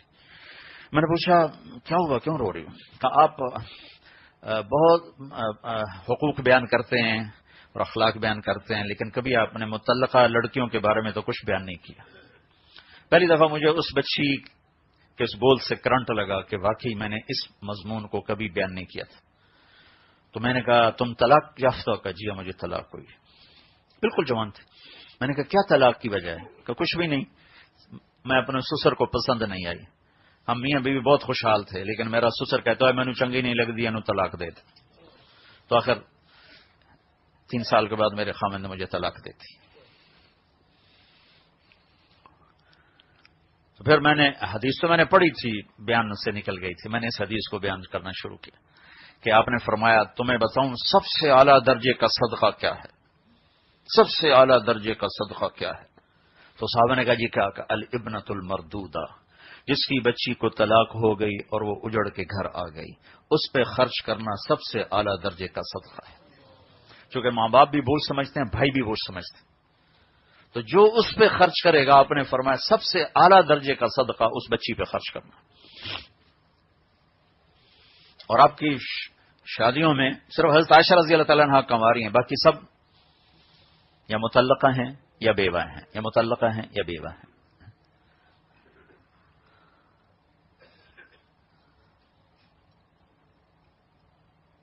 تو میری ایک حد ہے, اس کے اندر میں ہوں تو میں سکھی, میرے ساتھ والے سکھی. اگر میں حد کراس کروں گا تو میں زندگی خراب کر دوں. ہمارے پڑوسی ذمہ دار ہیں حراج, دنیاوی لحاظ سے پڑھے لکھی قوم نہیں, ویسے ذمہ دار بڑے ہیں. تو میں ایک بچے کی گیا شادی میں, اس کا نکاح میں نے پڑھانا تھا, تو اس کے والد کی بات سن کر میں حیران ہو گیا. وہ کہنے لگا مولانا صاحب میری بیوی نے مجھ سے کہا کہ دیکھو ہم زندگی گزار چکے ہیں اور یہ نئی زندگی شروع کرنے والے ہیں, تو تم ایسا کرو اس کے لیے پہلے گھر الگ بناؤ, پھر اس کی شادی کرو, اور اس کو وہاں اس بچی کی ڈولی لاؤ تاکہ ہم دونوں میاں بیوی ان کی زندگی کو خراب نہ کر بیٹھے. تو میں تو حیران ہی ہو گئی کہ ان پڑھ عورت نے یہ کہا, حالانکہ پہلے ساس سسر کا ذہن ہوتا ہے کہ ہن ساری خدمت واسطے ایک آ گئی، وہ پہلے ہی اس کو اپنی خادمہ بنا کے لاتے اور خامن سے زیادہ وہ حق جتلاتے، اور تقریباً 100% سسرال کے اخلاق ظالمانہ ہیں، 100 میں سے 100 گھر ظلم ہی ظلم ہے۔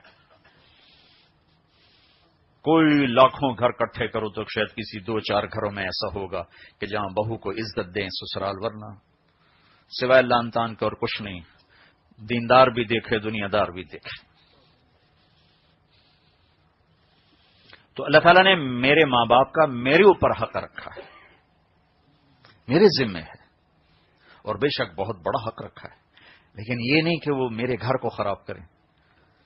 تو ماں باپ کی وجہ سے بیوی پہ زیادتی نہ ہونے دو، بیوی کی وجہ سے ماں باپ پہ زیادتی نہ۔ یہ کیسز کم ہیں، وہ زیادہ ہے۔ مجھے یہاں کی معاشرت کا نہیں پتا، پاکستان کی معاشرت بتا رہا ہوں کہ ماں باپ نے اپنے بچے کی زندگی کو تلخ کر دیا اپنے رویوں کی وجہ سے۔ کہیں کہیں ایسا ہوتا ہے کہ آنے والی لڑکی کی وجہ سے ماں باپ متاثر ہوتے ہیں، لیکن یہ کیسز بہت تھوڑے ہیں۔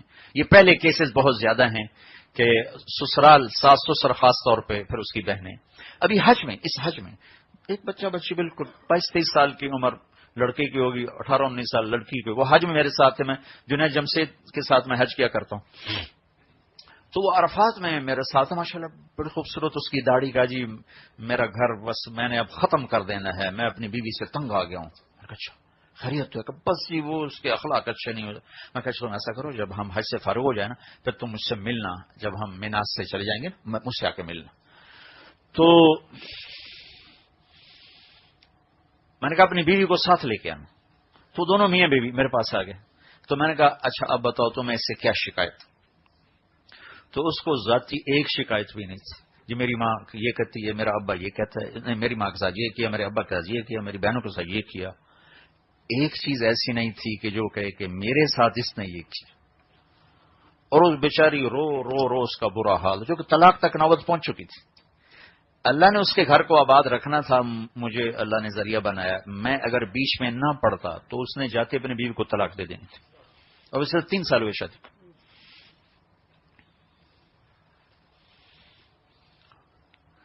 1 سال تک بچہ نہیں ہوا تو ساس نے قیامت قائم کر دی کہ کیسی منحوس آئی ہے، کیسی منحوس آئی ہے، کیسی منحوس آئی ہے۔ سال کے بعد جب ٹیسٹ ہوئے تو پتا چلا فالٹ تو بیٹے کا ہے، تو پھر وہ کیسٹ بدل گئی۔ اللہ کی تقدیر ہے، راضی رہنا چاہیے، اللہ کی تقدیر ہے، راضی رہنا چاہیے۔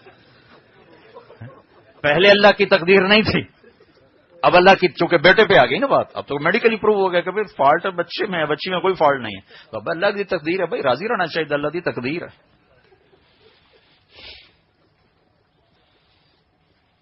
تو اگر اللہ نے ساس سسر بنایا ہے تو ایسے مت بنو کہ اب اپنی بہو کو اپنے تابع کرنا چاہو۔ تو ہماری ایک دھوبن تھی ماسی شریفہ، بیچاری 1985 میں فوت ہوئی۔ وہ آئی میری بہن کے پاس، کہنے لگی بی بی میری نو میرے نال بڑا لڑ دیا، تو میں نے کوئی تویز دے ساریاں میری غلام بن جانا، اور لڑتی خود تھی بڑی زبردست۔ تو میری بہن کو تو پتا تھا کہ کیا چکر ہے، تو اس نے ایک تعویذ لکھا اور اس کو نا طے کرے گا کہ ماسی شریفہ جس لئے ہن لڑائی ہوگا نا، یہ تعویذ تو اتنے دنداں دے وچ دے کے نا تینج کر کے بہ جانا، اے تعویذ ڈگنا نہیں چاہیے، نہیں تو تیرا گھر اجڑ جائے گا۔ اور وہ چکر کیا تھا، اس کو چپ کرانا، لڑائی تو ساری یہاں سے چلتی۔ تو 1 ہفتے بعد آ گئے، کبھی بھی تو مینوں ایو جہا تویز دیتا ہے، ساریاں ہی لڑائیاں مک گئی ہیں، کیوں جو ماسی آپ چپ ہو گئی، ماسی چپ تو لڑائی ختم۔ تو ماں باپ اگر اپنے بچوں کو سپورٹ کریں، ان کی حوصلہ افزائی کریں، کمیاں نہ پکڑے۔ میں ایک بچے کو اربوں پتی آدمی کا بیٹا، ماں باپ نے تانے دے دے دے دے دے طلاق دلوا کے چھوڑا، اور وہ ایسا ڈپریشن میں گیا ہے، جب 10 سال ہو گئے وہ 4 مہینے کمرے سے باہر نہیں نکلتی۔ دوسری شادی کی ہے، اب بڑے خوش ہیں۔ میں جب ملتا ہوں، یہ میری بہو نے تو میری بیٹیوں کی یاد بھلا دی، تو مجھے بڑا رونا آتا ہے اندر اندر کہ تم نے بیٹے کو نہ دیکھا، اپنے آپ کو دیکھا، بیٹے کو تو برباد کر کے رکھ دیا۔ تو میں نے اس سے پوچھا تو نے طلاق کیوں دی؟ کہا جی ماں باپ کے تانے سن سن. وہ پہلے تھا بہت غلط لائف تھی، تو اس کے باپ نے مجھے خود کہا کہ جی میرے بیٹے کو کچھ ملو، اللہ کرے کچھ اس کو اللہ ہدایت دے.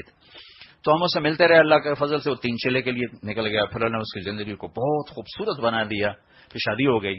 تو اب میں نے کہا جی کیوں طلاق دی؟ کہا مولانا جب میں جب ساری رات باہر رہتا تھا تو کبھی میرے ماں باپ نے مجھ سے نہیں پوچھا تھا کدھر ہو کیسے ہو.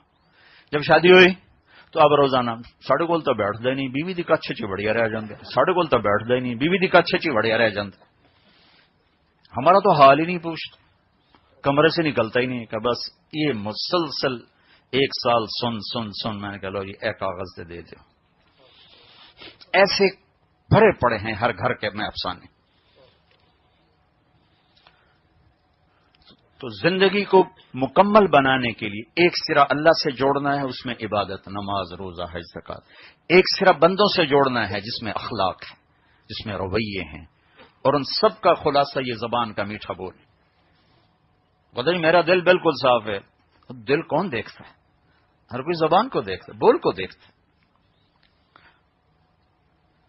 اور کئیوں کو شیطان نہیں ہوں پٹی پڑائی. میں تو جی منہ تے آنکھ دینا میں منافق کوئی نہیں ہے بے وقوف آدمی، یعنی اپنی حماقت کو اپنی صفت بتا رہا ہے.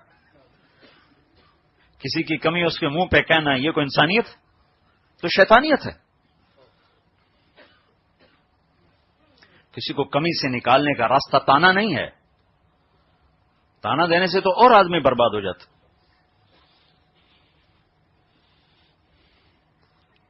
تو محبت دینا ہے، محبت دینا ہے، محبت دینا ہے.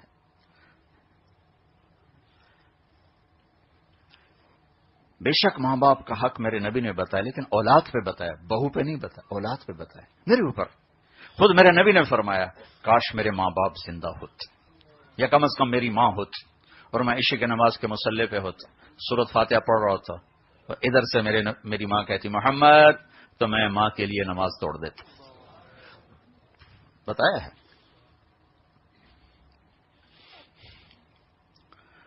اور آپ نے فرمایا باپ تیرا جنت کا دروازہ ہے، چاہے تو توڑ دے چاہے تو کھول لے. خدمت کرے گا تو کھل جائے گا، ناراض کرے گا تو ٹوٹ جائے گا. ایک صحابی حضرت علقمہ، ان کی بیوی نے پیغام بھیجا کہ یا رسول اللہ، علقمہ موت کے کنارے ہیں، کلمہ نہیں پڑھا جا رہا. تو آپ تیزی سے آئے اور ان کو کہا بیٹا کہو لا الہ الا اللہ. کہلوانے والا نبی اور کہنے والا صحابی. آپ کا کہو لا الہ الا اللہ. کہا جی نہیں کہا جا رہا، زبان پہ نہیں آ رہا. باتیں دوسری کر رہے ہیں، کلمہ نہیں زبان پہ آ رہا. تو آپ نے کہا اس کے ماں باپ میں کوئی ہے؟ کہ جی ماں ہے. آپ نے پوچھا ناراض ہے؟ کہا ہاں جی ناراض ہے. تو آپ نے فوراً ان کی ماں کو بلوایا اور کہا کہ تمہیں علقمہ سے کیا شکایت؟ کہا جی اور تو کوئی نہیں، بہت نیک ہے، میرے ساتھ بدتمیز ہو کے بولتا، بس یہ شکایت، سخت بولتا ہے میرے ساتھ. تو آپ نے کہا اسے معاف کر. کہا میرا جی نہیں چاہتا. کہ اگر میں اسے آگ لگاؤں پھر سفارش کرو گی؟ کہا پھر تو کروں گی. کہ اگر تم نے معاف نہ کیا تو اللہ ہی سے جلا دے گا آگ میں. کہا اچھا میں معاف کرتی ہوں. جب انہوں نے کہا میں معاف کرتی ہوں، آپ نے کہا بیٹا کہو لا الہ الا اللہ. تو اس نے کلمہ پڑھا اور جان نکل گئی. پھر آپ نے ان کا جنازہ خود پڑھایا اور ان کے دفن ہونے میں بھی آپ شریک ہوئے. پھر آپ نے سب سے کہا کہ دیکھو جس نے ماں باپ کو تنگ کیا اس پہ اللہ کی لعنت، فرشتوں کی لعنت، زمین آسمان کی لعنت. تو یہ سارے حقوق اولاد کے لیے آ رہے ہیں، بہو کے لیے نہیں، اولاد کے لیے آ رہے ہیں. تو ہم اس کو مکس کر دیتے ہیں. اور پھر چونکہ یہاں تھوڑا سا آزادی کا ماحول ہے، اب تو پاکستان کا بھی یہی حال ہے، ایک دوسرے کی برداشت نہیں ہے تو جلدی طلاقیں، جلدی طلاقیں، جلدی طلاقیں. گھر ٹوٹ رہے ہیں. پہلا ماں باپ نے سکھانا ہوتا ہے بیٹے کو کہ بیٹا تم کسی کی جب بیٹی لاؤ گے تو تم نے زندگی کیسے گزارنی، وہ نہیں سکھاتے. بیٹی والوں نے سکھانا ہوتا ہے بیٹی جب تم نے کسی کے گھر جانا ہے تو زندگی کیسے گزارنی، وہ نہیں سکھاتے. تو وہ دونوں بالکل اناڑی ہوتے ہیں زندگی شروع کرنے سے پہلے. وہ ڈاکٹر بن گیا ہے، وہ اس کو جاب لگ گئی ہے، اس کو دکان مل گئی ہے، وہ جوان ہو گئی، اس نے بی اے کر لیا ہے، ایم اے کر لیا، جو بھی کر لیا ہے. لیکن نہ اس نے نہ اس نے یہ سیکھا نہیں کہ ساتھ چلنا کیسے. چونکہ یہ چیز تو اس علم سے نہیں ملتی، تو نبی کے علم سے ملتی ہے چیز. ہمارے نبی پاک صلی اللہ علیہ وسلم کی عادت تھی، جب آپ لیٹ آتے تھے گھر میں، تو آپ بڑے آہستہ سے اندر آتے کہ کسی کی آنکھ نہ کھلے، اور آپ اتنی آواز میں السلام علیکم کہتے تھے کہ جاگنے والا سن لے اور سوئے ہوئے کی آنکھ نہ کھلے. اتنا خیال. اور جب آپ تہجد میں اٹھتے تھے تو اتنے آہستہ سے اٹھتے تھے کہ عائشہ کی آنکھ نہ کھلے یا جس بیوی کے گھر میں اس کی آنکھ نہ کھلے. اور پھر آپ نے فرمایا تم میں اگر کوئی، وہ زمانہ تھا نا جب اطلاع نہیں تھی، جب تم میں کوئی گھر واپس آئے اور اسے شام ہو جائے تو گھر نہ جائے، باہر ہی کہیں سو جائے، صبح گھر جائے تاکہ گھر والوں کو تکلیف نہ ہو. سبحان، کیا خوبصورت زندگی بتائی ہے میرے محبوب نے. پھر اگلا سٹیپ اولاد کا ہے، تو اولاد کے لیے ٹائم نکالنا، ان کے ساتھ دوستی لگانا، ان کو محبت دینا. اس سے جو نتیجہ آئے گا وہ سختی سے نہیں آئے گا، شدت سے نہیں آئے گا. حسن حسین کے ساتھ آپ نے اس طرح زندگی گزاری جیسے ایک باپ بچوں کے ساتھ گزارتا ہے، حالانکہ آپ کا مقام کیا ہے. اب حضرت حسن حسین کو ایسے یوں زبان دکھا دکھا کے نا ان سے کھیلتے تھے، یوں کیا کرتے تھے. تو وہ چھوٹے تھے تو وہ آپ کی زبان، جتنی زبان میں سرخی ہوتی وہ صحت کی علامت ہوتی، کوئی طے نہیں تھی. تو وہ سرخ زبان دے کر وہ سمجھتے کوئی کھانے کیجیے تو یوں جھپٹا مارنے کی کوشش کرتے تھے کہ دو جہان کا سردار بچوں کے ساتھ کیسے زندگی گزار. کبھی آپ نماز پڑھا رہے ہوتے تھے تو آپ رکوع میں جاتے تو حسن بھاگے بھاگے آتے اور یوں ٹانگوں میں سے گزر کے ادھر سے نکل جاتے تھے. تو آپ نماز کے بعد 2 تھپڑ مارتے کہ بدتمیز نماز خراب کرتا ہے اپنے نانے کی. اور کئی دفعہ ایسا ہوا کہ آپ سجدے میں گئے اور آ کے کمر پہ بیٹھ گئے اور آپ سجدہ لمبا کر دیتے تھے، جب تک وہ اترتے نہیں تھے کمر سے آپ سجدے سے سر نہیں اٹھاتے تھے. ایک باپ بن کے دکھایا کہ زندگی کیسے گزارنی، اور دونوں کو ہاتھوں پہ اٹھاتے تھے اور کندھوں پر بٹھاتے تھے، یہاں بٹھاتے تھے یہاں. عربوں میں عیب تھا بچے کو اٹھانا، عیب تھا بچے کو اٹھانا. آپ نے اس کی ایسی نفی فرمائی کہ صرف یہاں نہیں اٹھایا، کندھوں پہ بٹھایا، کندھوں پر. ایک بدو نے دیکھا کہ واہ بڑی اعلیٰ سواری ہے. تو آپ نے فرمایا سوار بھی تو بڑے اعلیٰ ہیں. تو کہنے لگا یا رسول اللہ آپ کو ان سے بڑی محبت ہے؟ کہاں، مجھے ان سے بڑی محبت ہے، اور اللہ بھی ان سے محبت کرتا ہے، اور جو ان سے محبت کریں گے اللہ ان سے بھی محبت کرے گا. اور آپ نے دعا کی اللہ میں ان سے پیار کرتا ہوں تو بھی ان سے پیار فرما. اور ایک جگہ کہا یا اللہ جو ان سے بغض رکھے تو ان سے بغض رکھ، جو ان سے پیار کرے تو ان سے پیار کر. حسن حسین کی کشتی کرواتے تھے، چھوٹے بچے کشتی کرواتے. ایک دفعہ دونوں کی کشتی کروا رہے تھے، حسین کو شاباش دیے جا رہے تھے، حسن کو نہیں. شاباش شاباش. تو ماں نے کہا، حضرت فاطمہ نے کہا یا رسول اللہ حسین کو ہی شاباش دیے جا رہے ہیں، حسن کو نہیں دے رہے. تو آپ نے کہا یہ جبریل میرے پاس کھڑا ہوا حسین کو شاباش دے رہا ہے، میں بھی اسی کے ساتھ اسی کی شاباش.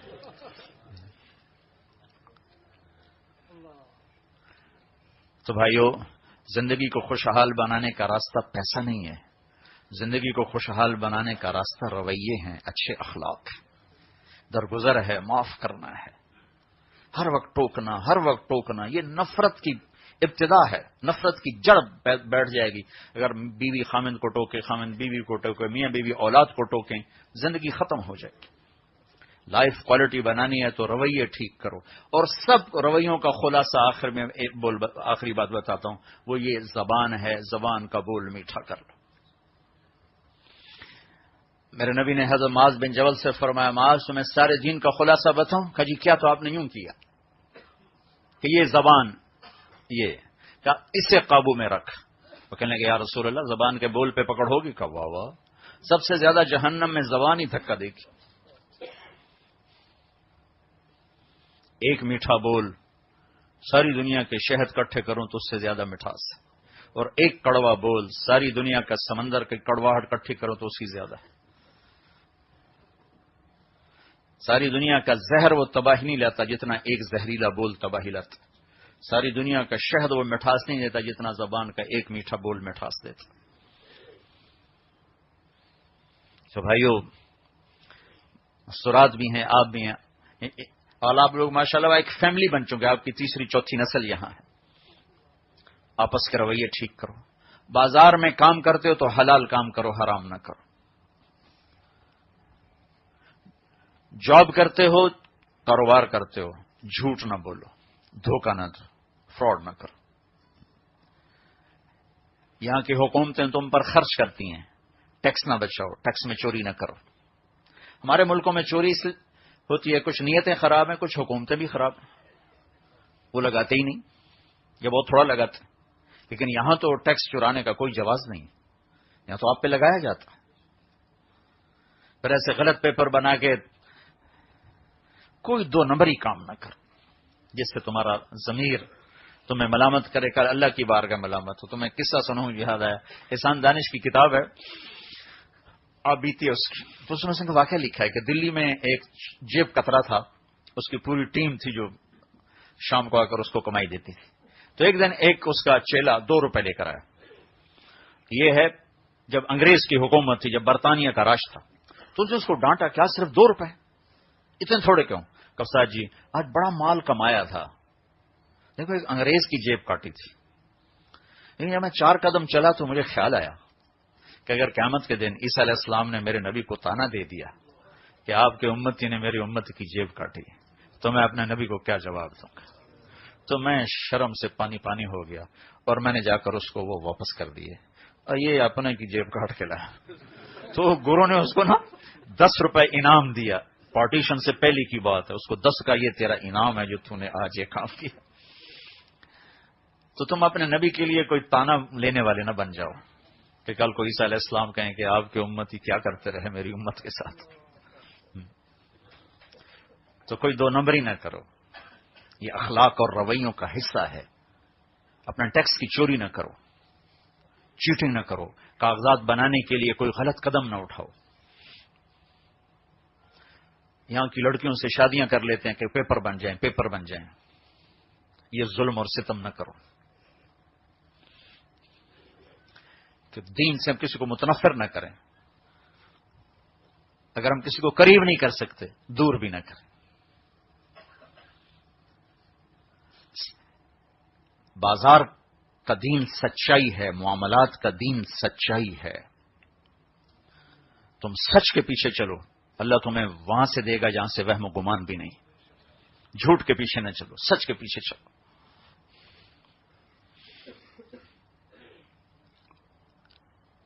یہ چند ایک چیزیں ہیں بس، ان کا اگر آپ خیال کرو گے تو زندگی بہت اعلیٰ ہو جائے. لیکن یہ تربیت سے نکل کر یہ چیز آتی ہے، ایسے نہیں آتی. میری 1.5 گھنٹے کی بات سے کیسے ہوگا؟ بس اللہ تو چاہے تو کر دے، اس کے لیے کیا مشکل. لیکن اسباب کی دنیا ہے، سیکھنا پڑتا ہے. میں نے پورا دین آپ کو 1.5 گھنٹے میں بتایا ہے.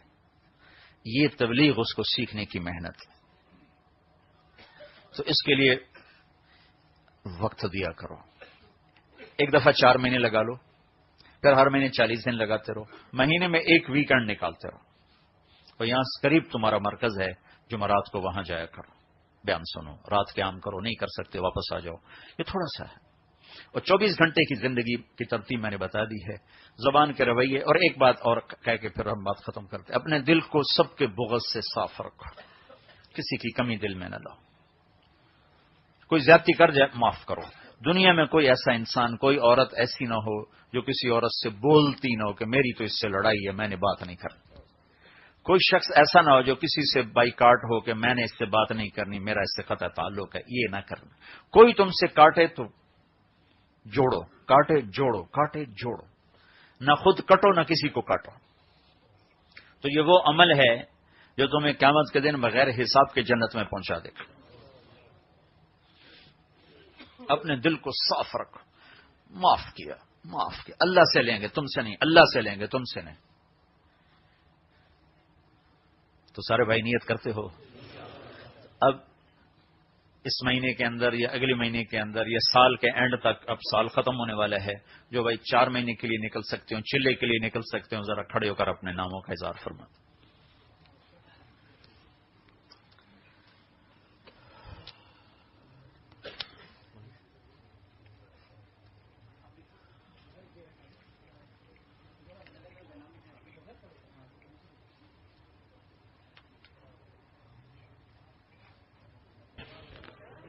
بیٹھو بھی دعا کر لیتے ہیں، ابھی انشاءاللہ دعا ہو جائے گی. جاؤ نہیں مستورات بھی بیٹھے رہے، آپ بھی بیٹھے رہے، بس ابھی انشاءاللہ 2-4 منٹ تشکیل کر کے پھر دعا کرتے ہیں. سارے ارادے کر لو نا بھائی. آخری ایک مطالبہ ہے، اس کے بعد انشاءاللہ دعا کرتے ہیں. وہ یہ ہے میرے بھائیو بہنوں، مستورات بھی ہیں، آپ بھی کا خاصا مجمع ہے لندن کا. انسان زندگی بھر خطائیں کرتا ہے، ہوتی رہتی ہیں، جوانی میں بھی بڑھاپے میں بھی. کچھ جان بوجھ کے کرتا ہے، کچھ خطا سے ہو جاتی ہیں، غلطی سے ہو جاتی ہیں. تو اس لیے چونکہ اللہ کو پتا تھا میرا یہ بندہ اس کمی کا شکار ہے، تو اللہ نے توبہ کا دروازہ بہت بڑا کر دیا. نہ اس کی کوئی لمٹ رکھی، نہ کوئی تعداد رکھی، نہ کوئی عمر کی قید ہے اور نہ کوئی ٹائم کی قید ہے اور نہ کوئی عدد کی قید ہے کہ 100 دفعہ کے بعد میں توبہ قبول نہیں کروں گا یا 40 سال کے بعد میں توبہ قبول نہیں کروں گا. باب التوبہ مفتوح ما لم یغرغر، جب تک سانس اکھڑتا نہیں، موت پر سانس اکھڑتا ہے، اس وقت تک میرے بندے میں تیری توبہ کا انتظار کر رہا ہوں. ایک تو یہ بات ہوگی. دوسری بات ہے ان استقالنی عقلت له، جتنی دفعہ تو توبہ توڑ کے آئے گا دوبارہ معافی مانگنے، میں اتنی ہی خوشی سے معاف کروں گا جتنا پہلی دفعہ خوشی سے معاف کیا تھا، ذرا بوجھ نہیں ہوگا. اور عقلت له کی میں ایک تعبیر کیا کرتا ہوں کہ یہ تار ہے نا، یہ راڈ ہے کوئی، یہ ٹوٹ جائے نا تو اس کو جہاں سے ہم جوڑیں گے نا جوڑ نظر آئے گا. کپڑا پھٹ جائے تو اس کو رفو بھی کریں تو غور سے دیکھیں تو نشان نظر آتا ہے، یہاں سے رفو ہوا ہے، نشان باقی ہوتا ہے. تو عقلت له میں اشارہ ہے کہ تم میرے بندے میری بندی جتنی دفعہ اپنی توبہ کا برتن توڑ کے لاؤ گے نا، کوئی اللہ میں معافی مانگتا ہوں اسے دوبارہ جوڑ دے، تو میں وہ برتن 100 دفعہ ٹوٹا ہو یا وہ 1000 دفعہ ہو یا 1,00,000 دفعہ ہو، تو جب بھی تو آئے گا نا تو میں اس کو اس طرح اپنی رحمت سے جوڑوں گا، پینٹ کروں گا کہ وہ ٹوٹا ہوا نظر ہی نہیں آئے گا. ہر دفعہ نیا کر کے واپس کروں گا، ہر دفعہ نیا کر کے واپس کروں گا، اور ہر دفعہ تیرے آنے کی اتنی خوشی ہوگی جتنی پہلی دفعہ ہوئی تھی. قارون کا نام آپ نے سنا نا، قارون کا اللہ نے قرآن میں بھی نام ذکر کیا ہے. ان قارون کان من قوم موسیٰ، 2 رکوع اس کی کہانی کے سنائے ہیں. تو اس کا بڑا جرم تھا، اس نے موسیٰ علیہ السلام پہ برائی کی تہمت لگائی تھی. تو موسیٰ علیہ السلام کو جلال آ گیا تو اللہ تعالیٰ نے کہا موسیٰ زمین کو حکم دے، جو کہے گا کرے گی. تو موسیٰ علیہ السلام نے زمین سے کہا اس کو پکڑو، تو اس نے زمین نے اس کو کھینچا تو اسے پتا چل گیا کہ میں گیا. تو موسیٰ علیہ السلام کی منت کرنے کا مجھے معاف کر دو. موسیٰ علیہ السلام نے کہا اور پکڑو زمین سے، تو اور نیچے چلے گئے. وہ پھر کہنے لگا مجھے معاف کر دو، میں توبہ آئندہ نہیں کروں گا. موسیٰ علیہ السلام نے کہا اور پکڑو. وہ معافی مانگتا رہا، موسیٰ علیہ السلام نے معاف نہیں کیا. اللہ کی حکمت تھی. جب وہ زمین میں دھنس گیا تو اللہ تعالیٰ نے فرمایا موسیٰ یہ تیری منت کرتا رہا، تو نے معاف نہ کیا، اگر یہ ایک دفعہ مجھ سے معافی مانگتا میں معاف کر کے باہر نکال دیتا. قارون تو جو قارون کے لیے اتنا مہربان ہے تو ہم تو قارون کے برابر کے گناہگار نہیں ہیں. ہمارے گناہ تو اس سے بہت تھوڑے ہیں، لیکن گناہ پہ باقی رہنا یہ اللہ کو ناپسند ہے. تو آج بہت بڑا مجمع ہے مرد عورتوں کا، ہم اللہ سے نیا عہد کریں، اللہ تعالیٰ سے صلح کریں، اور آج ہم سارے توبہ کر کے یہاں سے اٹھیں. جو پچھلے ہم سے ہوئے ہیں قصور کہ یا اللہ میں توبہ کرتا ہوں، آئندہ نہیں کروں گا. صرف یہ نیت کرنے پر ہی، کوئی 15 برس کا ہے یا کوئی 85 برس کا ہے، وہ یا مسجد سے یوں نکلے گا کہ اس کے جسم پر ایک مچھر کے پر کے برابر بھی گناہ باقی نہیں ہوگا. مچھر کا پر بھی بڑا ہے، ایک ڈاٹ کے برابر بھی اس کے اوپر کوئی گناہ باقی نہیں رہے گا. اللہ یوں اس کو صاف کر کے بھیج دے. ایک لفظ پر ساری زندگی کے گناہ معاف ہو جاتے کہ اللہ میں، اور اللہ تعالیٰ پوچھتا بھی نہیں کچے ہو کہ پکے ہو، یہ بھی نہیں پوچھتا.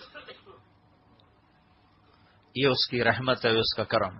شیطان نے کہا تیرے سارے بندے گمراہ کر کے ماروں گا. اللہ نے کہا جب تک معافی مانگتے رہیں گے میں بھی معاف کرتا رہوں گا، یا زور لگے. تو بس کوئی شیطان یہ ڈال دیتا ہے کہ کیا فائدہ، ادھر توبہ کرتا ہوں ادھر توڑ دیتا ہوں، اس کا کیا فائدہ؟ نہیں نہیں نہیں، اس کا بہت فائدہ ہے، بہت فائدہ ہے. پچھلے تو معاف ہو گئے، اور پھر آئندہ اللہ کو رو کے دکھاؤ، یا اللہ نہیں کروں گا، مہربانی کرتا. اور بیچ میں اگر موت نے لے لیا، ایک واقعہ یاد آ گیا. 3 سال پہلے میرا چلہ تھا سندھ میں، تو نواب شام پہنچا تو وہاں ایک وڈیرے کو لائے بیان میں. انتہائی غلط زندگی اس بندے کی، انتہائی غلط زندگی. وہ بیان میں مسلسل روتا رہا، اور جب میں نے یہ توبہ کروائی تو سب سے زیادہ زور سے اس نے کہا یا اللہ میری توبہ. وہ گھر واپس گیا تو اپنے نوکروں سے بھی کہنے لگا کہ میں نے آج توبہ کی. رات کو مر گیا، سیدھا گیا جنت میں. نہ پلے نماز ہے نہ روزہ، ظلم الگ. سندھ کے وڈیروں کے کتنے ظلم ہیں. تو میں آپ سے بھی، ان مستورات سے بھی یہ آخری گزارش کرتا ہوں کہ آج ہم مل کے اجتماعی توبہ کریں. کرتے ہو تو کہو یا اللہ میری توبہ، پھر کہو یا اللہ میری توبہ، پھر کہو یا اللہ میری توبہ. اگر بھائی بہنوں آپ نے یہ دل سے کہا ہے تو آپ کو مبارک ہو، آپ کے سب اللہ نے معاف کر دیا. آئندہ کبھی ہو جائے تو پھر معافی مانگ لینا، پھر معاف ہو جائے گا. درود شریف پڑھو.